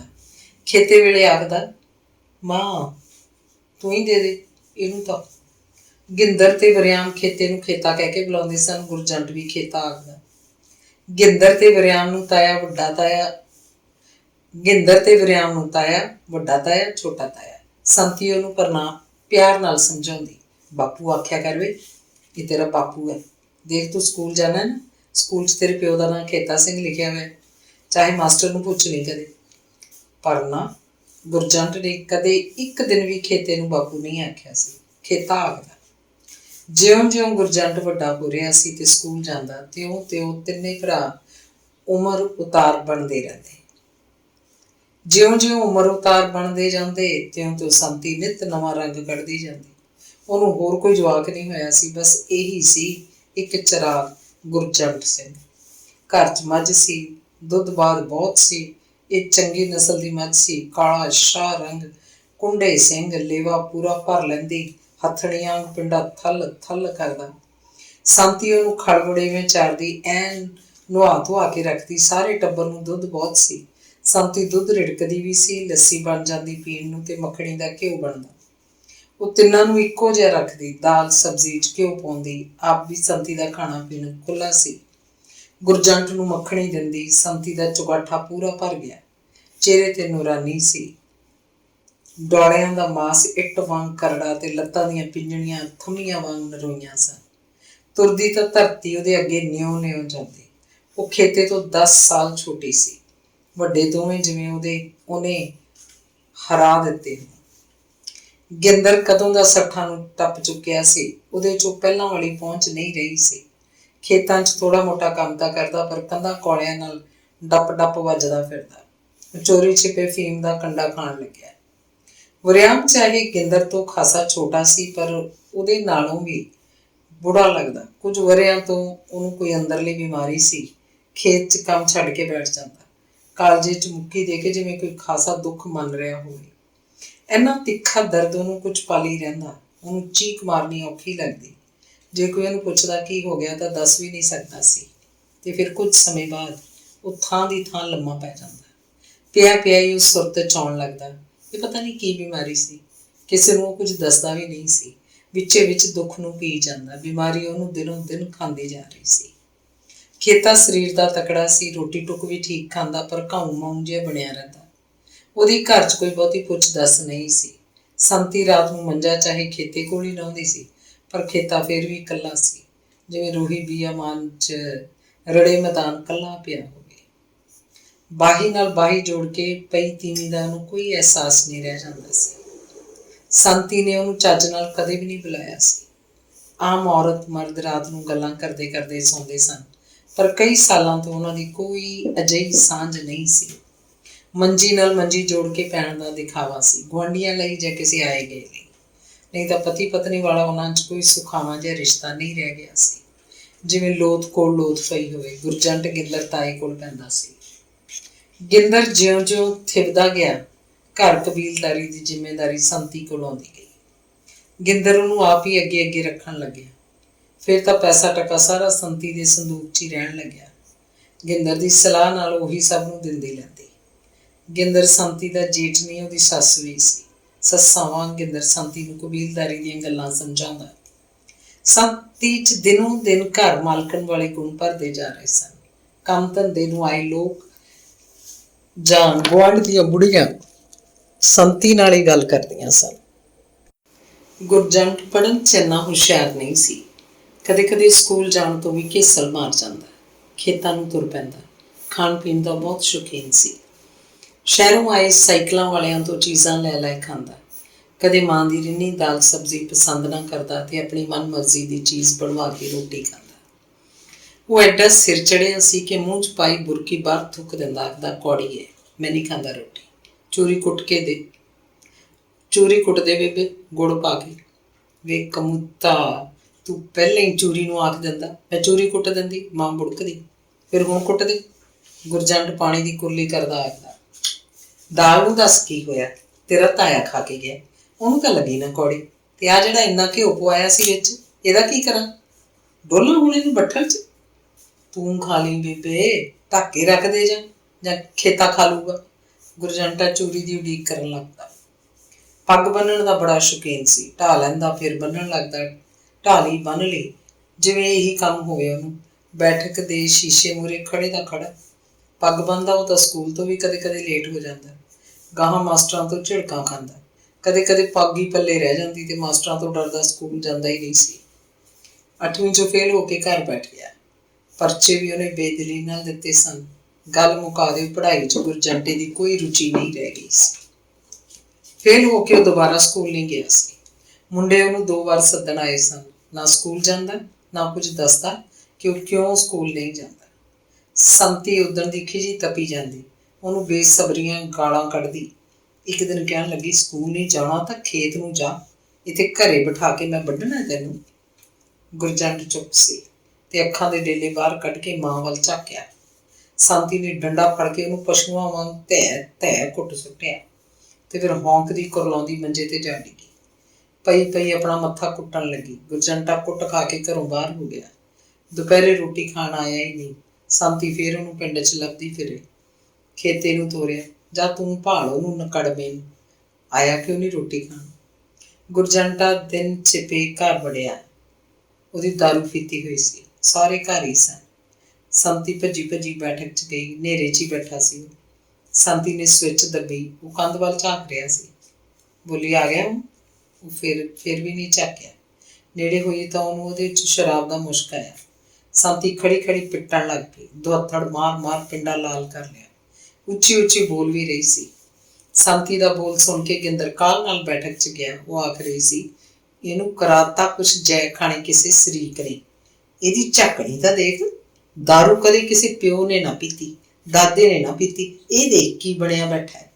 ਉਹਦੇ ਮੋਢੇ ਨੂੰ ਧੱਕਾ ਦੇ ਕੇ ਬੋਲੀ, ਵੇ ਤੂੰ ਜੰਮਣਾ ਕਾਹਨੂੰ ਸੀ? ਤੈਨੂੰ ਮੈਂ ਨਹੀਂ ਜੰਮਿਆ, ਕਿਸੇ ਕੁੱਤੀ ਨੇ ਜੰਮਿਆ ਹੋਊ ਤੈਨੂੰ। ਤੂੰ ਜਾ ਇੱਥੋਂ, ਕੰਮ ਕਰ ਜਾ ਕੇ। ਗਿੰਦਰ ਨੇ ਸੰਤੀ ਦੇ ਮੋਢੇ ਨੂੰ ਹੱਥ ਲਾਇਆ। ਉਹ ਪੂਰੀ ਬਦਹਵਾਸ ਸੀ। ਬੈਠਕ 'ਚੋਂ ਬਾਹਰ ਹੋ ਗਈ। ਇੰਨੇ ਨੂੰ ਵਰਿਆਮ ਵੀ ਬੈਠਕ 'ਚ ਆ ਖੜਾ। ਖੇਤਾ ਨਹੀਂ ਆਇਆ। ਉਹ ਵਰਾਂਡੇ 'ਚ ਬੈਠਾ ਰੋਟੀ ਦੀ ਉਡੀਕ ਕਰ ਰਿਹਾ ਸੀ। ਗਿੰਦਰ ਨੇ ਮੰਜੇ ਉੱਤੇ ਬੈਠੇ ਗੁਰਜੰਟ ਨੂੰ ਆਪਣੀ ਬੁੱਕਲ 'ਚ ਲੈ ਲਿਆ ਤੇ ਉਹਨੂੰ ਜੱਫੀ ਪਾ ਕੇ ਘੁੱਟਣ ਲੱਗਿਆ। ਗੁਰਜੰਟਾ ਰੋ ਰਿਹਾ ਸੀ। ਵਰਿਆਮ ਖੜਾ ਦੋਵਾਂ ਨੂੰ ਦੇਖ ਰਿਹਾ ਸੀ। ਉਤੋਂ ਬਹੁਤਾ ਖੜਾ ਨਹੀਂ ਗਿਆ ਤੇ ਉਹ ਵੀ ਕੋਲ ਪਈ ਕੁਰਸੀ ਤੇ ਬੈਠ ਗਿਆ। ਜਦੋਂ ਹੁੱਕੀ ਹੁੱਕੀ ਖਾਸਾ ਰੋ ਹਟਿਆ ਤੇ ਬਾਰ-ਬਾਰ ਅੱਖਾਂ ਪੂੰਝਦਾ ਗਿੰਦਰ ਵੱਲ ਝਾਕਿਆ ਤਾਂ ਗਿੰਦਰ ਨੇ ਉਹਨੂੰ ਫੇਰ ਆਪਣੀ ਵੱਖੀ ਨਾਲ ਘੁੱਟ ਲਿਆ। ਪੁੱਛਣ ਲੱਗਿਆ, ਅੱਜ ਕੀ ਹੋ ਗਿਆ ਤੈਨੂੰ? ਇਹ ਹੋਇਆ ਤਾਂ ਕੁਛ ਨਹੀਂ, ਉਹ ਬੋਲ ਪਿਆ। ਫਿਰ ਇਹ ਕੀ ਹਾਲ ਬਣਾ ਰੱਖਿਆ? ਕਿੱਥੋਂ ਪੀ ਕੇ ਆਇਆ? ਗੁਰਜੰਟ ਨੇ ਕੋਈ ਜਵਾਬ ਨਹੀਂ ਦਿੱਤਾ। ਐਂ ਕਿਉਂ ਹੋ ਗਿਆ ਤੂੰ? ਬੀਬੇ ਨੇ ਮਾਰਿਆ ਮੈਨੂੰ। ਉਹਨੇ ਲੱਤਾਂ ਬਾਹਾਂ ਤੇ ਪਿੱਠ ਉੱਤੇ ਕੁੜਤਾ ਚੁੱਕ ਕੇ ਡੰਡਿਆਂ ਦੇ ਨਿਸ਼ਾਨ ਦਿਖਾਏ, ਫਿਰ ਅੱਖਾਂ ਭਰ ਲਈਆਂ। ਉਹ ਤੋਂ ਅੱਗੇ ਬੋਲਿਆ ਨਹੀਂ ਜਾ ਰਿਹਾ ਸੀ। ਉਹ ਤਿੰਨੇ ਥੋੜ੍ਹੀ ਦੇਰ ਚੁੱਪ ਬੈਠੇ ਰਹੇ, ਜਿਵੇਂ ਕਿਸੇ ਨੂੰ ਕੋਈ ਕੁਝ ਵੀ ਨਾ ਆਖਣਾ ਚਾਹੁੰਦਾ ਹੋਵੇ। ਵਰਿਆਮ ਤਾਂ ਸਿਰਫ ਸੁਣ ਰਿਹਾ ਸੀ, ਉਹ ਹਾਲੇ ਤੱਕ ਇੱਕ ਸ਼ਬਦ ਵੀ ਨਹੀਂ ਬੋਲਿਆ ਸੀ। ਬਿਜਲੀ ਦੇ ਤੇਜ਼ ਬਲਬ ਦੀ ਰੌਸ਼ਨੀ 'ਚ ਵਰਿਆਮ ਦੀਆਂ ਅੱਖਾਂ ਬੋਲਦੀਆਂ ਸਨ, ਜਿਵੇਂ ਉਹ ਕਹਿ ਰਿਹਾ ਹੋਵੇ, ਮੁੰਡੇ ਨੂੰ ਕੁੱਟਣਾ ਨਹੀਂ ਸੀ ਕੀ ਸਾਲੀ ਪੜ੍ਹਾਈ? ਤੂੰ ਫੇਰ ਚਾਹੁੰਦਾ ਕੀ ਹੈ? ਗਿੰਦਰ ਨੇ ਸਿੱਧਾ ਪੁੱਛਿਆ। ਤਾਇਆ ਮੈਂ ਸਕੂਲ ਨਹੀਂ ਜਾਣਾ। ਨਾ ਜਾ। ਨਹੀਂ ਜਾਣਾ ਜੀ। ਆਪਣੇ ਕੋਲ ਭੋਏ ਬਥੇਰੀ ਹੈ, ਵਾਹੀ ਦਾ ਕੰਮ ਕਰ, ਟਰੈਕਟਰ ਲੈ ਦੇਣਾ ਤੈਨੂੰ ਮੈਂ। ਗਿੰਦਰ ਉਹਦੇ ਵੱਲ ਟੇਢੀ ਨਿਗਾਹ ਨਾਲ ਝਾਕ ਰਿਹਾ ਸੀ। ਗੁਰਜੰਟ ਦੀ ਦੇਹ 'ਚ ਜਿਵੇਂ ਕੋਈ ਸੁਪਨਾ ਜਾਗਿਆ ਹੋਵੇ। ਉਹਦਾ ਮਨ ਉੱਡਣ ਲੱਗਾ। ਹੁਣ ਉਹ ਸੁਖਾਵੇਂ ਰੌਂ 'ਚ ਤਾਈ ਵੱਲ ਝਾਕਣ ਲੱਗਿਆ। ਵਰਿਆਮ ਉਹਨਾਂ ਕੋਲੋਂ ਉੱਠ ਕੇ ਬਰਾਂਡੇ 'ਚ ਜਾ ਬੈਠਾ। ਸੰਤੀ ਰੋਟੀ ਟੁੱਕਦਾਰ ਕਰ ਰਹੀ ਸੀ। ਉਹਨੇ ਵਰਿਆਮ ਨੂੰ ਪੁੱਛਿਆ, ਕੀ ਗੱਲਾਂ ਕਰਦੇ ਨੇ ਹੁਣ? ਹੁਣ ਤਾਂ ਸੂਤ ਲੱਗਦਾ ਹੈ, ਦੋਵੇਂ ਟਰੈਕਟਰ ਦੀਆਂ ਗੱਲਾਂ ਕਰੀ ਜਾਂਦੇ ਆ, ਵਰਿਆਮ ਨੇ ਦੱਸਿਆ। ਸੰਤੀ ਨੂੰ ਸ਼ਾਂਤੀ ਦਾ ਸਾਹ ਆਇਆ। 2 ਥਾਲੀਆਂ 'ਚ ਰੋਟੀ ਪਾ ਕੇ ਉਹਨੇ ਵਰਿਆਮ ਨੂੰ ਬੈਠਕ 'ਚ ਭੇਜ ਦਿੱਤਾ। ਦੂਜੀ ਵਾਰ ਨੂੰ ਆਪ ਪਾਣੀ ਦਾ ਡੋਲੂ ਤੇ 2 ਗਲਾਸ ਲੈ ਕੇ ਗਈ। ਮੰਜੇ ਉੱਤੇ ਬੈਠੇ ਰੋਟੀ ਖਾ ਰਹੇ ਸਨ, ਨਿੱਕੀ ਨਿੱਕੀ ਕੋਈ ਗੱਲ ਵੀ ਕਰਦੇ। ਸੰਤੀ ਫਰਸ਼ ਉੱਤੇ ਪਾਣੀ ਰੱਖ ਕੇ ਮੁੜ ਗਈ, ਬੋਲੀ ਕੁਝ ਨਹੀਂ। ਅਗਲੇ ਦਿਨ ਚਾਹ ਪੀਣ ਤੋਂ ਬਾਅਦ ਗਿੰਦਰ ਉਹਨੂੰ ਸਮਝਾਉਣ ਲੱਗਿਆ, ਦੇਖ ਗੁਰਜੰਟ, ਕਰਨੀ ਤਾਂ ਤੂੰ ਆਪਦੀ ਮਰਜ਼ੀ ਹੈ। ਖੇਤੀ ਦਾ ਕੰਮ ਤਾਂ ਆਪਣੇ ਘਰ ਦੀ ਗੱਲ ਹੈ, ਜਦੋਂ ਜੀ ਕਰੇ ਕਰ ਲੈ। ਪਰ ਜੇ 4 ਅੱਖਰ ਹੋਰ ਪੜ੍ਹ ਲੈਂਦਾ, ਜ਼ਮਾਨਾ ਕਿਹੜਾ ਹੈ ਭਾਈ? ਅਨਪੜ੍ਹ ਬੰਦਿਆਂ ਦੀ ਤਾਂ ਕੋਈ ਜੂਨ ਹੀ ਨਹੀਂ ਇੱਥੇ। ਅਨਪੜ੍ਹ ਤਾਂ ਅੰਨਾ ਹੁੰਦਾ ਹੈ। ਤਾਏ ਦੀਆਂ ਗੱਲਾਂ ਸੁਣ ਕੇ ਗੁਰਜੰਟੇ ਦਾ ਚਿੱਤ ਉਦਾਸੀ ਫੜਨ ਲੱਗਿਆ। ਉਹਨੇ ਡੂੰਘਾ ਸੋਚਿਆ, ਰਾਤ ਤਾਇਆ ਕੀ ਕਹਿੰਦਾ ਸੀ, ਹੁਣ ਫੇਰ ਸਕੂਲ ਭੇਜਣ ਨੂੰ ਫਿਰਦਾ ਮੈਨੂੰ। ਬੋਲਿਆ, ਜਦੋਂ ਤਾਇਆ ਖੇਤੀ ਕਰਨੀ ਹੈ ਫਿਰ ਪੜ੍ਹ ਕੇ ਕੀ ਲੈਣਾ? ਮੈਂ ਤਾਂ ਐਂ ਕਹਿਣਾ ਵੀ ਜਦੋਂ ਪਿੰਡ 'ਚ 10 ਤਾਈਂ ਸਕੂਲ ਹੈ, ਕਿਹੜਾ ਕਿਧਰੇ ਜਾਣਾ ਹੈ? 10 ਤਾਂ ਕਰ ਲੈ, ਫਿਰ ਜੋ ਮਰਜ਼ੀ ਕਰੀ ਜਾਈ। 10 ਕਰਕੇ ਤੇਰਾ ਜੀਵਨ ਸੁਧਰ ਜੂ ਭਾਈ। ਉਹ ਗੁਰਜੰਟ ਦੇ ਖਾਸਾ ਖੜੇ ਪਿਆ ਹੋਇਆ ਸੀ। ਗੱਲਾਂ ਗੱਲਾਂ 'ਚ ਗਿੰਦਰ ਨੇ ਉਹਨੂੰ ਚਾਰੇ ਪਾਸਿਓਂ ਵਗਲ ਰੱਖਿਆ ਸੀ। ਅਖੀਰ ਗੁਰਜੰਟ ਨੂੰ ਮੰਨਣਾ ਪਿਆ ਕਿ ਉਹ ਕੱਲ੍ਹ ਨੂੰ ਹੀ 8ਵੀਂ 'ਚ ਦੁਬਾਰਾ ਦਾਖਲ ਹੋ ਜਾਏਗਾ ਤੇ 10ਵੀਂ ਪਾਸ ਕਰੇਗਾ। ਅੰਗ ਚੌਥਾ। ਗਿੰਦਰ ਵੱਡਾ ਸੀ, ਮਰਨਾ ਤਾਂ ਗਿੰਦਰ ਨੇ ਪਹਿਲਾਂ ਸੀ, ਪਰ ਵਰਿਆਮ ਉਹ ਤੋਂ ਪਹਿਲਾਂ ਚੱਲਦਾ ਹੋਇਆ। ਉਹਦੀ ਇਹ ਮਰਨ ਦੀ ਉਮਰ ਨਹੀਂ ਸੀ, ਪਰ ਅੰਦਰੇ ਅੰਦਰ ਉਹ ਬਿਮਾਰੀ ਨੇ ਖਾ ਲਿਆ। ਉਹ ਨਾ ਕਦੇ ਡਾਕਟਰ ਕੋਲ ਗਿਆ, ਨਾ ਕੋਈ ਦਵਾਈ ਖਾਂਦਾ। ਉਹਨੂੰ ਕੋਈ ਐਬ ਵੈਲ ਵੀ ਨਹੀਂ ਸੀ। ਉਹਨੂੰ ਘਿਓ ਨਹੀਂ ਪਚਦਾ ਸੀ। ਰਾਤ ਨੂੰ ਥੋੜ੍ਹਾ ਮੋਟਾ ਪੱਕਾ ਦੁੱਧ ਪੀਂਦਾ, ਮਲਾਈ ਵਾਲੇ ਦੁੱਧ ਤੋਂ ਕਚਿਆਣ ਆਉਂਦੀ। ਬਸ ਟੁੱਕ ਦੀ ਬੁਰਕੀ ਖਾਂਦਾ, ਇੱਕ ਅਣਚੋਪੜੀ ਰੋਟੀ, ਬਿਨਾਂ ਘਿਓ ਦਾਲ ਸਬਜ਼ੀ। ਉਹ ਤੋਂ ਖੇਤ ਦਾ ਕੰਮ ਵੀ ਨਹੀਂ ਹੁੰਦਾ ਸੀ। ਨਿੱਕੇ ਮੋਟੇ ਕੰਮ ਕਰਦਾ, ਭਾਰੇ ਕੰਮ ਨੂੰ ਹੱਥ ਨਾ ਪਾਉਂਦਾ। ਬਸ ਐਵੇਂ ਜੀ ਜਿਹਾ ਲਾਉਣ ਲਈ ਖੇਤ ਜਾਂਦਾ, ਆਪਣੀ ਰੁਚੀ ਦਾ ਕੰਮ ਕਰਦਾ, ਜਦੋਂ ਜੀਅ ਕਰਦਾ ਕੰਮ ਛੱਡ ਦਿੰਦਾ। ਉਹਨੂੰ ਕੋਈ ਬੰਧੇਜ ਨਹੀਂ ਸੀ। ਗਿੰਦਰ ਉਹਦੀ ਹਾਲਤ ਨੂੰ ਜਾਣਦਾ ਸੀ। ਉਹ ਔਖਾ ਜਿਹਾ ਹੁੰਦਾ ਦਿਸਦਾ ਤਾਂ ਗਿੰਦਰ ਆਪ ਹੀ ਆਖ ਦਿੰਦਾ ਸੀ, ਵਰਿਆਮ ਜਾਂ ਫਿਰ ਘਰ ਨੂੰ ਆਰਾਮ ਕਰ ਆਪਦਾ, ਚਿੱਤ ਬਹੁਤ ਔਖਾ ਸੀ ਤਾਂ ਆਉਣਾ ਕਾਹਨੂੰ ਸੀ ਭਾਈ। ਗਿੰਦਰ ਜਦੋਂ ਮਰਿਆ, ਗੁਰਜੰਟ 10ਵੀਂ ਜਮਾਤ ਪਾਸ ਕਰ ਚੁੱਕਿਆ ਸੀ ਤੇ ਘਰ 'ਚ ਵਿਹਲਾ ਰਹਿੰਦਾ ਸੀ। ਉਹ ਇੱਕ ਵਾਰੀ 10ਵੀਂ 'ਚੋਂ ਫੇਲ ਵੀ ਹੋਇਆ ਸੀ। ਅਗਲੇ ਸਾਲ ਨਕਲ ਮਾਰ ਕੇ ਪਾਸ ਹੋਇਆ। ਗਿੰਦਰ ਨੇ ਮਾਸਟਰਾਂ ਨੂੰ ਪੈਸੇ ਦਿੱਤੇ ਸਨ। ਇਮਤਿਹਾਨ 'ਚ ਡਿਊਟੀ ਦਿੰਦੇ ਅਧਿਆਪਕ ਪੈਸੇ ਜੇਬ 'ਚ ਪਾ ਕੇ ਬਾਗੋ ਬਾਗ ਸਨ। ਉਹ ਗੁਰਜੰਟ ਨੂੰ ਪਾਰ ਲੰਘਾਉਣਾ ਆਪਣਾ ਫਰਜ਼ ਸਮਝੀ ਬੈਠੇ ਸਨ, ਜਿਵੇਂ ਉਹ ਉਹਨਾਂ ਦਾ ਆਪਣਾ ਕੰਮ ਹੋਵੇ। ਇਹ ਉਹਨਾਂ ਦਾ ਖਾਸ ਕੇਸ ਸੀ। ਗੁਰਜੰਟ ਆਥਣ ਵੇਲੇ ਨਿੱਤ ਠੇਕੇ ਦੀ ਬੋਤਲ ਦੇ ਕੇ ਆਉਂਦਾ। ਗਿੰਦਰ ਸੱਥ 'ਚ ਗੁੱਝਾ ਗੱਲਾਂ ਕਰਦਾ, ਇਹ ਮਾਸਟਰ ਤਾਂ ਸਹੁਰੇ ਪਟਵਾਰੀਆਂ ਨੂੰ ਟੱਪ ਗਏ, ਪੈਸੇ ਬਿਨਾਂ ਗੱਲ ਨਹੀਂ ਕਰਦੇ। ਮਰਨ ਵੇਲੇ ਗਿੰਦਰ ਨੂੰ ਬਸ ਖੰਘ ਤਾਪ ਸੀ, ਹੋਰ ਕੋਈ ਖਾਸ ਬਿਮਾਰੀ ਨਹੀਂ ਸੀ। ਤਾਪ ਤਾਂ ਪਿੰਡ ਦੇ ਪ੍ਰਾਈਵੇਟ ਡਾਕਟਰ ਨੇ ਉਤਾਰਤਾ ਸੀ, ਪਰ ਖੰਘ ਨਹੀਂ ਹਟੀ। ਉਹ ਖੰਘਦਾ ਜਿਵੇਂ ਹੱਥਾਂ 'ਚ ਆ ਜਾਂਦਾ ਹੋਵੇ। ਬਹੁਤ ਭੈੜੀ ਖੰਘ ਸੀ ਉਹਨੂੰ। ਉਹ ਬੰਗੜ ਮੰਡੀ ਜਾਣ ਲੱਗਿਆ ਸੀ। ਖੰਘ ਥੋੜ੍ਹੀ ਘਟੀ, ਪਰ ਬੁਖਾਰ ਫੇਰ ਚੜ੍ਹਨ ਲੱਗਿਆ। ਨਾ ਉਹਨੂੰ ਮਲੇਰੀਆ ਸੀ, ਨਾ ਟਾਈਫਾਈਡ, ਨਾ ਵਾਇਰਲ ਤਪਦਿਕ ਵੀ ਨਹੀਂ ਸੀ। ਕੀ ਸੀ ਇਹ? ਐਕਸਰੇਆਂ 'ਚ ਸਭ ਠੀਕ ਆਉਂਦਾ ਸੀ ਜਾਂ ਠੀਕ ਨਹੀਂ ਆਉਂਦਾ ਸੀ, ਡਾਕਟਰ ਉਹਨੂੰ ਕੁਝ ਦੱਸਦੇ ਨਹੀਂ ਸੀ। ਬੰਗੜ ਮੰਡੀ ਦੇ ਉਹਨੇ 2 ਡਾਕਟਰ ਬਦਲੇ ਸਨ। ਖੱਬਾ ਦਵਾਈਆਂ ਦਾ ਦੇ ਦਿੰਦੇ, ਦਵਾਈਆਂ ਆਪਣੇ ਕੋਲੋਂ ਦਿੰਦੇ ਸਨ। ਜਿੰਨੇ ਪੈਸੇ ਮੰਗਦੇ ਉਹ ਦਿੰਦਾ ਸੀ। ਡਾਕਟਰ ਦੀ ਕਮਾਈ 'ਚ ਕੋਈ ਸੌਦਾ ਨਹੀਂ ਹੁੰਦਾ, ਜਿੰਨੇ ਮੰਗੇ ਦੇਣੇ ਪੈਂਦੇ ਆ। ਮਰੀਜ਼ ਇਹ ਨਹੀਂ ਆਖ ਸਕਦਾ ਕਿ ਕੁਝ ਥੋੜ੍ਹੇ ਕਰ ਦਿਓ ਜੀ, ਆਖਿਰ ਛੋਟ ਕੋਈ। ਬਿਮਾਰ ਦੀ ਹਾਲਤ ਤਾਂ ਕਈ ਵਾਰ ਇਹੋ ਜਿਹੀ ਹੋ ਜਾਂਦੀ ਹੈ ਕਿ ਚਾਹੇ ਉਹਦਾ ਘਰ-ਬਾਰ ਸਭ ਵਿਕ ਜਾਏ, ਉਹ ਠੀਕ ਹੋ ਜਾਏ। ਸਿਹਤ ਨਾਲ ਹੀ ਸਭ ਕੁਝ ਹੈ। ਮਰੀਜ਼ ਸੋਚਦਾ ਹੈ ਕਿ ਉਹ ਇੱਕ ਵਾਰੀ ਠੀਕ ਹੋ ਜਾਏ, ਖੜਾ ਹੋ ਕੇ ਸਾਰੇ ਧੋਣੇ ਧੋ ਦੇਗਾ। ਪਰ ਗਿੰਦਰ ਠੀਕ ਨਹੀਂ ਹੋਇਆ, ਤੁਰ ਗਿਆ ਆਖਰ। ਜਿਹੜੇ ਰਾਹ ਵਰਿਆਮ ਗਿਆ ਸੀ, ਜਿਹੜੇ ਰਾਹ ਕਦੇ ਉਹਦਾ ਬਾਪ ਜਵਾਲਾ ਸੂੰਘ ਗਿਆ ਸੀ, ਗਿੰਦਰ ਆਖਦਾ ਹੀ ਮਰ ਗਿਆ, ਓਏ ਭਾਈ ਦੱਬੀ ਘੁੱਟੀ ਦੀਆਂ 2 ਜਮਾਤਾਂ ਹੋਰ ਕਰ ਲੈ, ਮੰਡੀ ਆ ਖੜੀ ਹੈ, ਹੋਰ ਮੁੰਡੇ ਵੀ ਤਾਂ ਜਾਂਦੇ ਨੇ ਬੱਸਾਂ ਤੇ ਚੜ੍ਹ ਕੇ, ਤੂੰ ਵਗ ਜਾਇਆ ਕਰ। ਮੈਨੂੰ ਥੋੜ੍ਹਾ ਜਿਹਾ ਧਰਾਂਗੇ ਹੋ ਲੈਣ ਦੇ, ਕਿਸੇ ਲੀਡਰ ਨੂੰ ਲੱਖ ਦੇ ਕੇ ਕਾਣਾ ਕਰ ਲਾਂਗੇ, ਆਪੇ ਦਵਾਊ ਨੌਕਰੀ। ਵਾਹੀਆਂ 'ਚ ਤਾਂ ਡਾਲ ਨਹੀਂ ਭਾਈ, ਜੱਟ ਕਰਜਾਈ ਹੋਈ ਜਾਂਦੇ ਆ, ਖੇਤੀ ਤਾਂ ਕੁਦਰਤ ਦੀ ਖੇਡ ਹੈ ਭਾਈ। ਤਾਏ ਦੀਆਂ ਗੱਲਾਂ ਗੁਰਜੰਟ ਕੰਨ ਸੁੱਟ ਕੇ ਸੁਣਦਾ, ਪਰ ਹੁੰਗਾਰਾ ਕੋਈ ਨਹੀਂ ਕਰਦਾ ਸੀ। ਗਿੰਦਰ ਜਦੋਂ ਮਰਿਆ ਉਹਨਾਂ ਕੋਲ 12 ਕਿੱਲੇ ਪੈਲੀ ਸੀ। ਸਾਰੀ ਜ਼ਮੀਨ ਨੂੰ ਕੱਸੀ ਦਾ ਪਾਣੀ ਲੱਗਦਾ। ਉਰਾ ਧਰਤੀ ਵੀ ਮਾਰੂ ਨਹੀਂ ਰਹੀ ਸੀ। ਉਹਨਾਂ ਦੇ 2 ਖੇਤ ਸਨ, ਇੱਕ ਵਿੱਚ ਡੀਜ਼ਲ ਇੰਜਨ ਸੀ, ਦੂਜੇ ਖੇਤ 'ਚ ਬਿਜਲੀ ਦੀ ਮੋਟਰ। ਗਿੰਦਰ ਨੇ ਆ ਕੇ ਡੂੰਘੇ ਬੋਰ ਕਰਵਾਏ ਸਨ।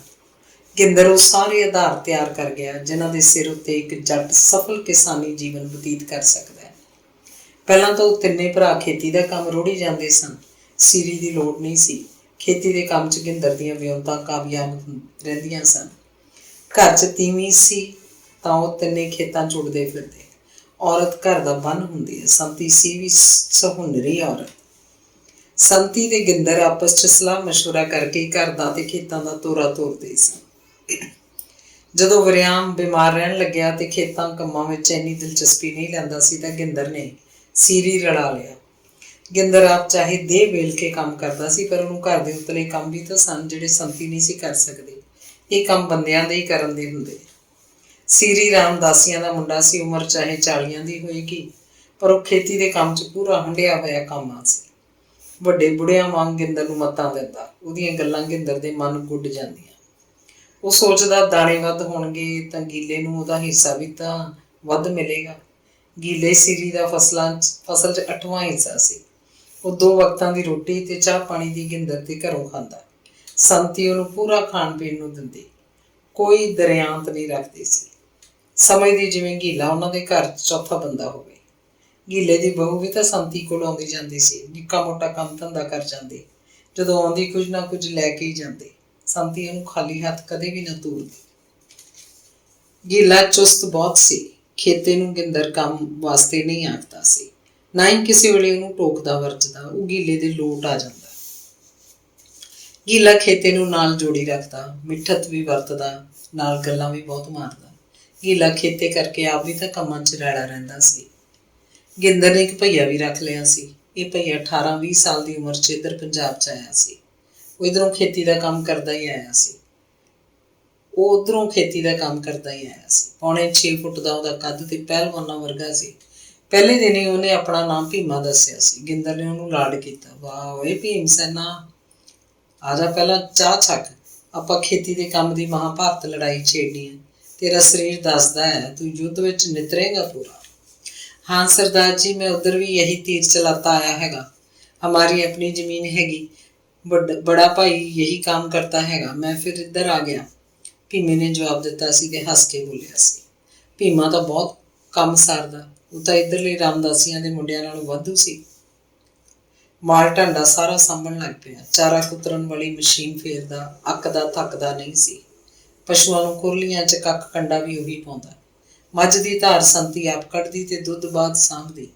ਭੀਮੇ ਵਿੱਚ ਸੰਤੀ ਦੇ ਕੰਮ ਵੀ ਕਰੀ ਜਾਂਦਾ। ਖੇਤ ਹੁੰਦਾ ਤਾਂ ਭੀਮੇ ਨੂੰ ਜਿਹੜਾ ਕੰਮ ਲਾ ਦਿੰਦੇ ਉਹ ਕਰਦਾ ਰਹਿੰਦਾ। ਕਿਆਰਿਆਂ ਦੀਆਂ ਵੱਟਾਂ ਪਾਉਣ ਵੇਲੇ ਮੂਹਰੇ ਹੋ ਕੇ ਜਿੰਦਰਾ ਖਿੱਚਦਾ। ਗੀਲਾ ਜਿੰਦਰੇ ਨੂੰ ਬਹੁਤ ਦੱਬਦਾ ਵੀ ਨਹੀਂ ਸੀ। ਉਹ ਸਿਆਣਾ ਤੇ ਮਿਹਰਬਾਨ ਤਬੀਅਤ ਦਾ ਮਾਲਕ ਸੀ। ਆਖਰ ਭੀਮਾ ਵੀ ਤਾਂ ਇਨਸਾਨ ਹੈ, ਸੋਚਦਾ। ਕਪਾਹ, ਮੱਕੀ, ਕਣਕ ਤੇ ਹੋਰ ਫਸਲਾਂ ਦੀ ਗੁਡਾਈ ਵੇਲੇ ਭੀਮਾ ਪੂਰਾ ਕੰਮ ਕਰਦਾ। ਭੀਮਾ ਬਸ ਇੱਕ ਹਲ ਨਹੀਂ ਵਾਹੁੰਦਾ ਸੀ, ਬਾਕੀ ਸਾਰੇ ਕੰਮ ਕਰਦਾ। ਉਹ ਕੰਮ ਨਹੀਂ ਕਰਦਾ ਸੀ, ਅਸਲ 'ਚ ਖੇਤੀ ਦਾ ਧੰਦਾ ਸਿੱਖਦਾ ਜਾ ਰਿਹਾ ਸੀ। ਬਿਹਾਰ 'ਚ ਉਹਨਾਂ ਦੇ ਪਿੰਡ ਤਿਲਕਪੁਰ ਖੇਤੀ ਦਾ ਢੰਗ ਤਰੀਕਾ ਹੋਰ ਭਾਂਦਾ ਸੀ। ਇੱਧਰ ਪੰਜਾਬ 'ਚ ਹੋਰ ਸੀ। ਜਗਤਪੁਰ ਆ ਕੇ ਉਹ ਪੰਜਾਬੀ ਖੇਤੀ ਦੇ ਕੰਮ ਬੜੀ ਹੈਰਾਨੀ ਤੇ ਚਾਅ ਨਾਲ ਸਿੱਖਦਾ। ਗਿੰਦਰ ਦੀ ਮੌਤ ਤੋਂ ਬਾਅਦ ਹੀ ਸੀਰੀ, ਗੀਲਾ ਤੇ ਭਈਆ ਭੀਮਾ ਪਹਿਲਾਂ ਵਾਂਗ ਹੀ ਉਹਨਾਂ ਦੇ ਘਰ ਨਾਲ ਜੁੜੇ ਰਹੇ। ਗੁਰਜੰਟ ਹਾਨੀਸਾਰ ਨੂੰ ਖੇਤੀ ਦੇ ਕੰਮ 'ਚ ਹੀ ਪੈ ਗਿਆ। ਖੇਤ ਵਿੱਚ ਇੰਨੀ ਦਿਲਚਸਪੀ ਨਹੀਂ ਸੀ ਲੈਂਦਾ, ਨਾ ਉਹਦੇ ਹੱਥ ਮੱਥੇ ਸੀ। ਘਰ ਦੀ ਕਬੀਲਦਾਰੀ, ਘਰ ਦੀ ਸਰਦਾਰੀ ਤਾਂ ਸਿੱਧੀ ਗਿੰਦਰ ਦੇ ਹੱਥਾਂ 'ਚ ਸੰਤੀ ਕੋਲ ਜਾ ਚੁੱਕੀ ਸੀ। ਉਹ ਖੇਤੇ ਤੇ ਗੁਰਜੰਟ ਨੂੰ ਤਾੜ ਕੇ ਰੱਖਦੀ। ਗੁਰਜੰਟ ਖੁਦ ਹੀ ਖੇਤਾਂ 'ਚ ਖਾਸੀ ਦਿਲਚਸਪੀ ਲੈਣ ਲੱਗ ਗਿਆ ਸੀ। ਉਹ ਕੋਈ ਜ਼ੋਰ ਦਾ ਕੰਮ ਨਹੀਂ ਕਰਦਾ ਸੀ, ਛੋਟੇ ਮੋਟੇ ਕੰਮ ਕਰਦਾ, ਕਸੀਏ ਖੁਰਪੇ ਦੇ। ਕਹੀ ਦੇ ਕੰਮ ਨੂੰ ਹੱਥ ਨਹੀਂ ਪਾਉਂਦਾ ਸੀ। ਕਹੀ ਦਾ ਕੰਮ ਤਾਂ ਸਾਰਾ ਸਰੀਰ ਨੂੰ ਹਿਲਾ ਕੇ ਰੱਖ ਦਿੰਦਾ। ਉਹ ਹਲ ਵੀ ਨਹੀਂ ਵਾਹੁੰਦਾ ਸੀ। ਹਲ ਚਲਾਉਣਾ ਇੱਕ ਕਲਾ ਹੈ ਜੋ ਕਿਸਾਨ ਨੂੰ ਹੌਲੀ ਹੌਲੀ ਸਿੱਖਣੀ ਪੈਂਦੀ ਹੈ। ਇਹ ਕਲਾ ਧੀਰਜ ਦੇ ਮਤੇ ਨਾਲ ਨਾਲ ਕਿਸਾਨ ਦੇ ਪੱਲੇ ਪੈਂਦੀ ਹੈ। ਅਣਜਾਣ ਬੰਦਾ ਤਾਂ ਬਲਦਾਂ ਦੀਆਂ ਲੱਤਾਂ ਪਾੜ ਕੇ ਰੱਖ ਦਿੰਦਾ। ਬਲਦ ਵੀ ਹਲ ਜੁੜੇ ਹੋਣ ਤਾਂ ਨਿਪੁੰਨ ਹਾਲੀ ਦੇ ਕਾਬੂ 'ਚ ਰਹਿੰਦੇ ਹਨ। ਅਨਾੜੀ ਕਿਸਾਨ ਬਲਦਾਂ ਨੂੰ ਪੰਜਾਲੀ ਸਮੇਤ ਡੇਗ ਲੈਂਦਾ। ਗੁਰਜੰਟ ਹਾਲੀ ਨਹੀਂ ਬਣਿਆ ਸੀ। ਅਸਲ 'ਚ ਉਹਨਾਂ ਦੀ ਖੇਤੀ ਦਾ ਸਾਰਾ ਦਾਰੋਮਦਾਰ ਗੀਲੇ ਤੇ ਨਿਰਭਰ ਕਰਦਾ ਸੀ।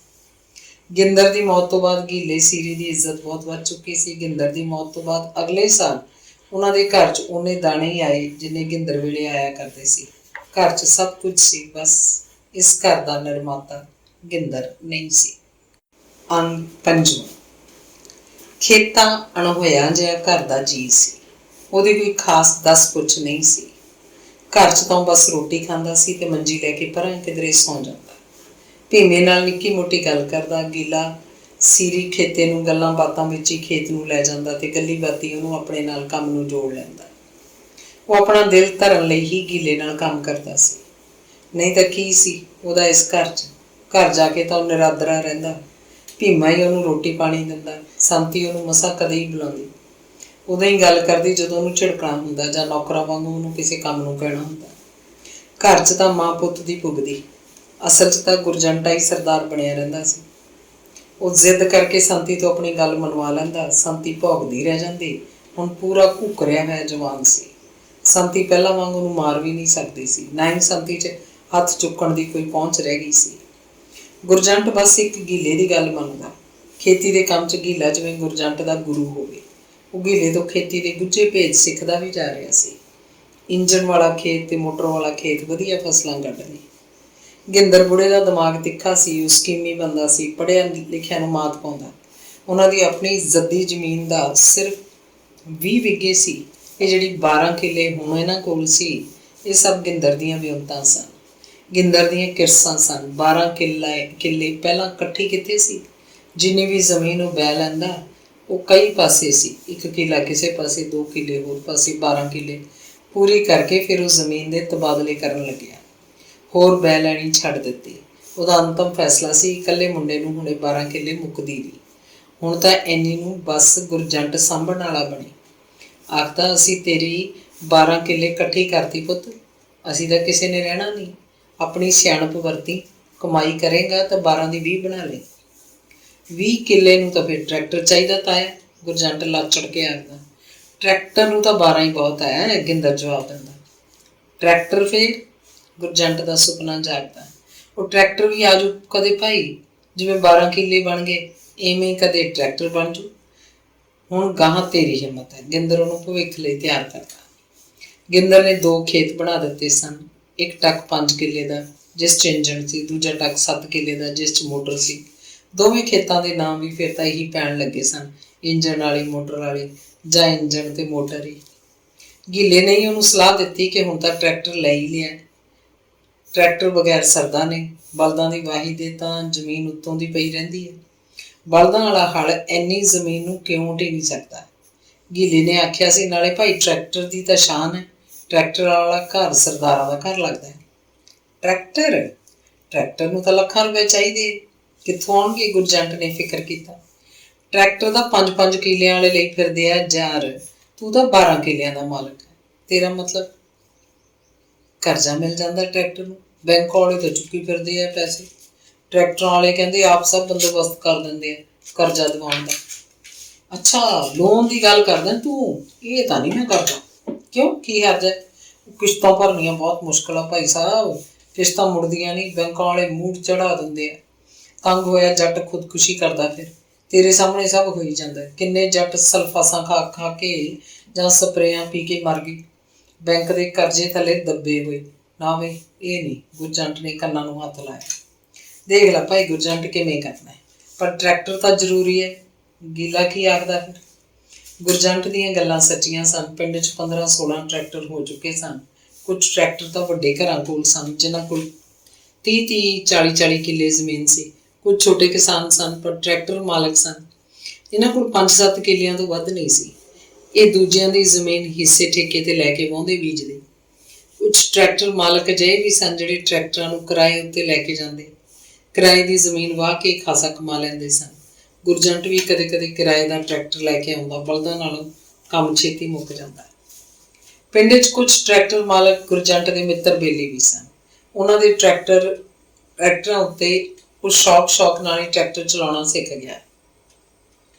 ਬੜੇ ਚਾਅ ਨਾਲ ਤੇ ਸਮਝਦਾਰੀ ਵਰਤ ਕੇ ਟਰੈਕਟਰ ਚਲਾਉਂਦਾ। ਅੰਦਰੋਂ ਅੰਦਰੀ ਉਹਦਾ ਜੀਅ ਕਰਦਾ ਕਿ ਕਾਸ਼ ਉਹਦੇ ਕੋਲ ਵੀ ਟਰੈਕਟਰ। ਉਹ ਟਰੈਕਟਰ ਲੈਣਾ ਤਾਂ ਲੈ ਲੈ, ਔਖਾ ਸੌਖਾ ਹੋ ਕੇ, ਕਰਜ਼ਾ ਨਾ ਲਈ ਬੈਂਕ ਦਾ, ਪੱਟਿਆ ਜਾਵੇਗਾ। ਉਹਦੇ ਮਿੱਤਰ ਬੇਲੀ ਵੀ ਇਹੀ ਸਿੱਖਤ ਦਿੰਦੇ। ਗੁਰਜੰਟ ਨੇ ਟਰੈਕਟਰ ਲੈਣ ਦੀ ਇੱਕ ਹੋਰ ਵਿਉਂਤ ਬਣਾਈ। ਇਹ ਗੱਲ ਉਹਨੇ ਪਹਿਲਾਂ ਗੀਲੇ ਨਾਲ ਸਾਂਝੀ ਕੀਤੀ ਤੇ ਆਪਣੀ ਮਾਂ ਨਾਲ। ਖੇਤੇ ਨੂੰ ਪਾਸੇ ਰੱਖਿਆ। ਖੇਤਾ ਉਂਝ ਵੀ ਘਰ ਕਬੀਲਦਾਰੀ ਤੇ ਕੰਮਾਂ ਵਿੱਚ ਦਿਲਚਸਪੀ ਨਹੀਂ ਲੈਂਦਾ ਸੀ। ਆਪਣੇ ਆਪ ਨੂੰ ਖੁਦ ਹੀ ਵਾਧੂ ਜਿਹਾ ਫਾਲਤੂ ਜਿਹਾ ਸਮਝਦਾ। ਉਹਦੇ ਜਿੰਮੇ ਕਬੀਲਦਾਰੀ ਦਾ ਕੋਈ ਬੋਝ ਵੀ ਨਹੀਂ ਸੀ। ਬੰਗੜ ਮੰਡੀ ਹਰ ਮਹੀਨੇ ਟਰੈਕਟਰਾਂ ਦੀ ਮੰਡੀ ਵੀ ਲੱਗਦੀ ਸੀ। ਜਗਤਪੁਰ ਦੇ ਲੋਕ ਇਹ ਸਭ ਜਾਣਦੇ ਸਨ। ਜਗਤਪੁਰ ਦੇ ਜੱਟ ਵੀ ਆਪਣੇ ਟਰੈਕਟਰ ਉੱਥੇ ਵੇਚ ਕੇ ਆਏ ਸਨ। ਉੱਥੇ ਬੰਗੜ ਮੰਡੀ ਤੋਂ ਖਰੀਦੇ ਟਰੈਕਟਰ ਵੀ ਆਏ ਸਨ। ਇਹ ਸਿਲਸਿਲਾ ਨੇੜੇ ਤੇੜੇ ਦੇ ਸਾਰੇ ਪਿੰਡਾਂ ਦਾ ਚੱਲਦਾ ਰਹਿੰਦਾ ਸੀ। ਪਿੰਡਾਂ ਦੇ ਬਾਣੀਏ ਤਾਂ ਸ਼ਹਿਰੀ ਜਾ ਵਸੇ ਸਨ। ਉੱਥੇ ਜਾ ਕੇ ਉਹਨਾਂ ਨੇ ਆਪਣੇ ਕਾਰੋਬਾਰ ਸ਼ੁਰੂ ਕਰ ਲਏ, ਸਗੋਂ ਵੱਡੇ ਵੱਡੇ ਕਾਰੋਬਾਰ ਛੇੜ ਲਏ। ਪਿੰਡਾਂ ਵਾਲੇ ਬਾਣੀਏ ਤਾਂ ਰਹੇ ਹੀ ਨਹੀਂ ਸਨ। ਛੋਟੇ ਮੋਟੇ ਘਰਾਂ ਨੇ ਹੋਰ ਨਹੀਂ ਤਾਂ ਸ਼ਹਿਰਾਂ 'ਚ ਨਿੱਕੀਆਂ ਮੋਟੀਆਂ ਦੁਕਾਨਾਂ ਹੀ ਖੋਲ੍ਹ ਲਈਆਂ ਸਨ, ਜਿੱਥੇ ਉਹਨਾਂ ਦਾ ਨਿੱਤ ਸੌਦਾ ਵਿਕਦਾ ਸੀ। ਨਗਦ ਪੈਸੇ ਮਿਲਦੇ, ਪਿੰਡਾਂ ਵਾਂਗ ਉਧਾਰ ਨਹੀਂ ਪੈਂਦਾ ਸੀ। ਪਿੰਡਾਂ ਦੇ ਲੋਕ ਤਾਂ ਹਾੜੀ ਸੌਣੀ ਉਧਾਰ ਮੋੜਦੇ ਜਾਂ ਮੋੜਦੇ ਹੀ ਨਹੀਂ ਸੀ। ਆਖ ਦਿੰਦੇ ਅਗਲੀ ਫਸਲ ਤੇ ਹਿਸਾਬ ਕਰਾਂਗੇ, ਲਾਲਾ ਸਾਰਾ ਨਿਬੇੜ ਦਿਆਂਗੇ। ਜੱਟ ਨੂੰ ਪੈਸੇ ਪਿੰਡ ਦੇ ਬਾਣੀਏ ਤੋਂ ਹੀ ਮਿਲਦੇ ਸਨ ਜਾਂ ਫਿਰ ਸ਼ਹਿਰਾਂ ਦੇ ਆੜਤੀਏ ਸਨ। ਆੜਤੀਏ ਫਸਲ ਆਈ ਤੋਂ ਸਾਰੇ ਕੱਟ ਲੈਂਦੇ, ਨਾਲੇ ਜੱਟ ਆੜਤੀਆਂ ਤੋਂ ਤਾਂ ਖਾਈ ਬੈਠੇ ਹੁੰਦੇ, ਬੈਂਕਾਂ ਤੋਂ ਖਾਈ ਬੈਠੇ ਹੁੰਦੇ। ਪਟਵਾਰੀ ਨੂੰ ਪੈਸੇ ਦੇ ਕੇ 2-2, 3-3 ਵਾਰ ਨੰਬਰ ਲੁਹਾਏ ਸਨ। ਕਦੇ ਮੈਸਾਂ ਖਰੀਦਣ ਦਾ ਕਰਜ਼ਾ, ਕਦੇ ਮਕਾਨ ਪਾਉਣ ਜਾਂ ਮੁਰੰਮਤ ਕਰਨ ਦਾ ਕਰਜ਼ਾ, ਮੁਰਗੀਆਂ ਦਾ ਕਰਜ਼ਾ, ਹੋਰ ਕਿੰਨੇ ਕਰਜ਼ੇ ਸਨ। ਕੁੜੀ ਦਾ ਵਿਆਹ ਕਰਨਾ ਹੁੰਦਾ ਜਾਂ ਨਵਾਂ ਵੱਡਾ ਮਕਾਨ ਉਸਾਰਨਾ ਹੁੰਦਾ ਤਾਂ ਜੱਟਾਂ ਕੋਲ ਇੱਕੋ ਤਰੀਕਾ ਸੀ, ਉਹ ਵੱਡਾ ਕਰਜ਼ਾ ਲੈਂਦੇ।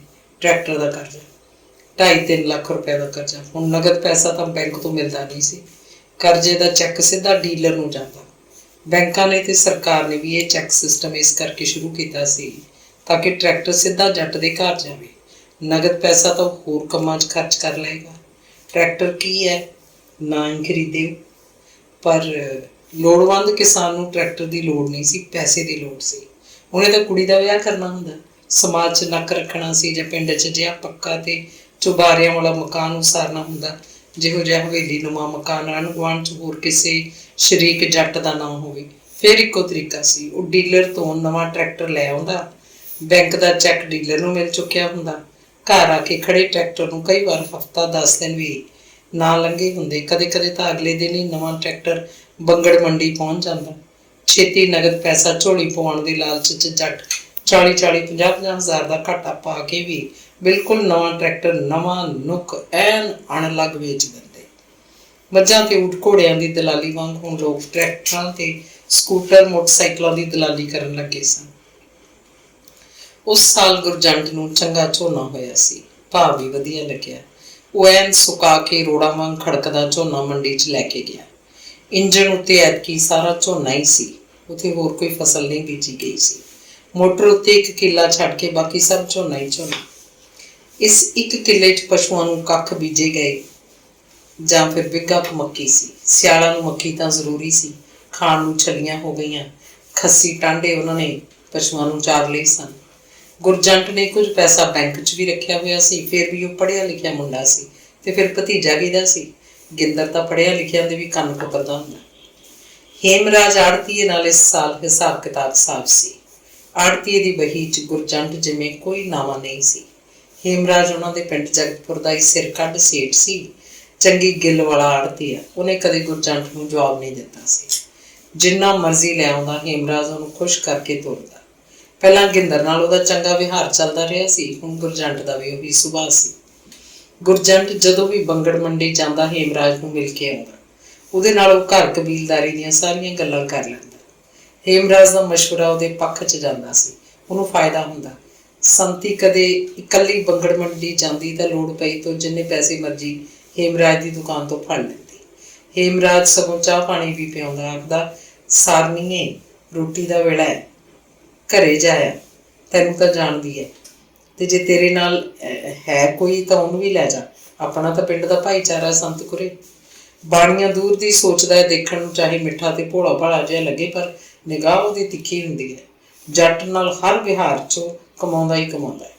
ਹੇਮਰਾਜ ਜਗਤਪੁਰ ਦੇ ਹਰ ਲੰਡੀ ਬੁੱਚੀ ਜੱਟ ਨੂੰ ਪੈਸੇ ਚੁੱਕ ਕੇ ਥੋੜਾ ਫੜਾ ਦਿੰਦਾ। ਉਹ ਅਗਲੇ ਦੀ ਪਹੁੰਚ ਦੇਖਦਾ। ਕਸਾਈ ਵਾਂਗ ਪਹਿਲਾਂ ਬੱਕਰੇ ਦੀ ਮਾਸ ਟੋਂਦਾ, ਫੇਰ ਹੀ ਉਹਦਾ ਮੁੱਲ ਕਰਦਾ। ਆੜਤੀਏ ਜ਼ਮੀਨ ਜਾਇਦਾਦ ਵਾਲੇ ਜੱਟਾਂ ਨੂੰ ਪੈਸੇ ਦਿੰਦੇ ਹਨ, ਮਾੜਾ ਜੱਟ ਤਾਂ ਬਾੜੀਏ ਨੂੰ ਵੀ ਡੋਬ ਦਿੰਦਾ। ਇਸ ਵਾਰ ਹੇਮਰਾਜ ਤੋਂ ਗੁਰਜੰਟ ਨੇ ਖਾਸੀ ਰਕਮ ਫੜ ਲਈ। ਹੇਮਰਾਜ ਨੇ ਬਸ ਇੰਨਾ ਪੁੱਛਿਆ ਸੀ, ਇੰਨਾ ਪੈਸਾ ਕੀ ਕਰਨਾ ਜੰਟਿਆ? ਉਹ ਟਰੈਕਟਰ ਲਵਾਂਗੇ ਲਾਲਾ, ਆਪਾਂ ਵੀ ਸ਼ਰੀਕਾਂ 'ਚ ਖੜਨ ਜੋਗੇ ਹੋ ਲਈਏ। ਗੁਰਜੰਟ ਨੇ ਹੁੱਬ ਕੇ ਆਖਿਆ। ਚੰਗਾ ਭਾਈ, ਚੰਗਾ ਚੰਗਾ, ਸੁੱਖ ਨਾਲ ਸੁਹੰਡਣਾ ਹੋਵੇ ਤੈਨੂੰ ਟਰੈਕਟਰ ਦੀ ਵਾਹੀ ਕਰਕੇ ਤਾਂ ਭਾਈ ਫਸਲ ਵੱਧ ਜਾਂਦੀ ਹੈ, ਹੋਰ ਲੈ ਜੀ ਜੇ ਲੋੜ ਪਈ, ਸੰਗਣ ਦੀ ਭੋਰਾ ਲੋੜ ਨਹੀਂ ਤੈਨੂੰ। ਹੇਮਰਾਜ ਅੰਦਰੇ ਅੰਦਰ ਪਤਾ ਨਹੀਂ ਹੋਰ ਕੀ ਕੀ ਸੋਚ ਗਿਆ ਹੋਏਗਾ। ਟਰੈਕਟਰ ਮੰਡੀ ਤੇ ਗੁਰਜੰਟ ਪਿੰਡ ਦੇ 2 ਹੋਰ ਮੁੰਡਿਆਂ ਨੂੰ ਲੈ ਕੇ ਗਿਆ। ਇਹ ਟਰੈਕਟਰਾਂ ਵਾਲੇ ਮੁੰਡੇ ਸਨ। ਗੁਰਜੰਟ ਵੀ ਉਹਨਾਂ ਨਾਲ ਦਾਰੂ ਪੀਣ ਦੀ ਸਾਂਝ ਸੀ, ਪਿੰਡ 'ਚ ਉਂਝ ਵੀ ਭਰਪਣ ਸੀ, ਇੱਕ ਦੂਜੇ ਦੇ ਕੰਮ ਆਉਂਦੇ। ਉਹ ਭੀਮੇ ਨੂੰ ਵੀ ਨਾਲ ਲੈ ਗਏ। ਪਿੰਡ ਦੇ ਮੁੰਡਿਆਂ ਨੇ ਇੱਕ ਟਰੈਕਟਰ ਮਕੈਨਿਕ ਨੂੰ ਵੀ ਨਾਲ ਲੈ ਲਿਆ। ਇੱਕ ਟਰੈਕਟਰ ਮਕੈਨਿਕ ਉਹਨਾਂ ਦਾ ਪੱਕਾ ਯਾਰ ਸੀ, ਉਸੇ ਦੀ ਵਰਕਸ਼ਾਪ 'ਚ ਆਪਣੇ ਟਰੈਕਟਰ ਲੈ ਕੇ ਜਾਂਦੇ ਸਨ। ਭੀਮੇ ਦੇ ਹੱਥ ਵਿੱਚ ਨੋਟਾਂ ਦੀਆਂ ਥਈਆਂ ਵਾਲਾ ਚਮੜੇ ਦਾ ਬੈਗ ਸੀ। ਬੈਗ ਦੀ ਬੱਧਰੀ ਵਿੱਚ ਦੀ ਆਪਣੀ ਬਾਂਹ ਕੱਢ ਕੇ ਭੀਮੇ ਨੇ ਉਹਨੂੰ ਘੁੱਟ ਕੇ ਫੜਿਆ ਸੀ। ਇੱਕ ਦਲਾਲ ਇੱਟ ਵਾਂਗ ਉਹਨਾਂ ਦੇ ਮੱਥੇ 'ਚ ਆ ਵੱਜਿਆ। ਇਸ ਦਲਾਲ ਨੂੰ ਮਕੈਨਿਕ ਮੁੰਡਾ ਜਾਣਦਾ ਸੀ। ਆਖਣ ਲੱਗਾ, ਇਹ ਮੁੰਡੇ ਆਪਣੇ ਮਿੱਤਰ ਨੇ ਪੱਕੇ, ਜਗਤਪੁਰ ਤੋਂ ਨੇ, ਲਾਂਭਾ ਨਾ ਆਵੇ, ਟਰੈਕਟਰ ਦਵਾ ਕੋਈ, ਥੋੜਾ ਚਿਰ ਹੀ ਚੱਲਿਆ ਹੋਵੇ ਜਮਾ ਨਵੇਂ ਵਰਗਾ। ਭਾਈਏ ਦੇ ਹੱਥ 'ਚ ਕਾਲਾ ਬੈਗ ਵੇਖ ਕੇ ਦਲਾਲ ਦੀਆਂ ਅੱਖਾਂ 'ਚ ਚੰਗਿਆੜੇ ਮੱਚ ਉੱਠੇ। ਕਹਿੰਦਾ, ਕਿੰਨੇ ਲੱਖ ਲੈ ਕੇ ਆਏ ਹੋ? ਲੱਖਾਂ ਤੋਂ ਤੈਂ ਕੀ ਲੈਣਾ ਹੈ, ਤੂੰ ਪਹਿਲਾਂ ਮਾਲ ਦਿਖਾ। ਮਕੈਨਿਕ ਹੀ ਬੋਲਿਆ। ਮੈਂ ਤਾਂ ਐਂ ਪੁੱਛਦਾ ਭਾਈ ਬਈ, ਕਿੰਨਾ ਕੁ ਖਰਚਾ ਕਰਨਾ ਚਾਹੁੰਦੇ ਹੋ? ਉਹ ਜਿਹਾ ਟਰੈਕਟਰ ਮਿਲ ਜੂ ਆਪਾਂ ਨੂੰ, ਹੈ ਕਿ ਨਾ? ਦਲਾਲ ਬੜੀ ਹਲੀਮੀ ਨਾਲ ਬੋਲ ਰਿਹਾ ਸੀ। ਲੱਖ, ਸਵਾ ਲੱਖ, 1.5, ਪੌਣੇ 2, ਪਰ ਚੀਜ਼ ਵਧੀਆ ਹੋਵੇ। ਆਪਾਂ ਘਰ ਵਰਤਣ ਵਾਸਤੇ ਲੈਣਾ, ਕਿਹੜਾ ਵਪਾਰੀ ਹਾਂ ਅਸੀਂ ਬਈ ਗਾਹਾਂ ਨਫਾ ਕੱਢ ਕੇ ਵੇਚ ਦਿਆਂਗੇ। ਠੀਕ ਹੈ ਨਾ ਗੁਰਜੰਟ ਸਿਆ? ਮਕੈਨਿਕ ਮੁੰਡਿਆਂ ਨਾਲ ਵੱਲ ਝਾਕਿਆ। ਠੀਕ ਹੈ, ਮੈਂ ਸਮਝ ਗਿਆ ਤੁਹਾਡੀ ਗੱਲ। ਦਲਾਲ ਜਿਵੇਂ ਉਂਗਲੀ ਫੜ ਕੇ ਮੂਹਰੇ ਤੁਰ ਪਿਆ। ਆਪ ਮੁਹਾਰਾ ਬੋਲਦਾ ਜਾ ਰਿਹਾ ਸੀ। ਪਹਿਲਾਂ ਗੇੜਾ ਦਿੰਦੇ ਆ, ਟਰੈਕਟਰ ਤਾਂ ਉਹ ਦੂਰ ਤਾਈਂ ਖੜੇ ਆ, ਲੱਖ ਵਾਲਾ ਵੀ ਮਿਲ ਸਕਦਾ, 2 ਲੱਖ ਦਾ ਵੀ, 4-5 ਵਾਲੇ ਵੀ ਹੈਗੇ ਆ। ਤੁਹਾਡੀ ਪਹੁੰਚ ਹੈ ਭਾਈ, ਜਿੰਨਾ ਗੁੜ ਪਾਓਗੇ ਉਨਾ ਮਿੱਠਾ ਹੋ ਜੂ, ਹੈਗੇ ਨਾ?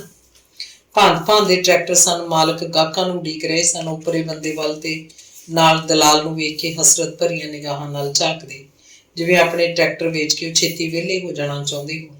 ਸੌਦਾ ਵੇਚਣ ਵਾਲੀਆਂ ਨਜ਼ਰਾਂ ਦੀ ਇਹ ਅਜੀਬ ਝਾਕਣੀ ਹੁੰਦੀ ਹੈ, ਭੁੱਖੀ, ਤਰਸ ਭਰੇ ਤੇ ਇੱਕਦਮ ਬਕਾਊ। ਸਬਜ਼ੀਆਂ ਤੇ ਫਲ ਲੈ ਕੇ ਖੜੇ ਰੇਹੜੀਆਂ ਵਾਲੇ ਇਹਨਾਂ ਅੱਖਾਂ ਨਾਲ ਹੀ ਝਾਕਦੇ ਹਨ।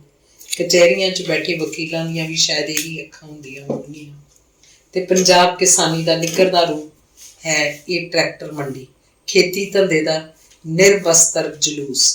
ਜਗਤਪੁਰੀਆਂ ਦੀ ਗਾਹਕੀ ਟੋਹ ਕੇ ਦਲਾਲ ਨੇ ਉਹਨਾਂ ਨੂੰ 4 ਟਰੈਕਟਰ ਦਿਖਾਏ।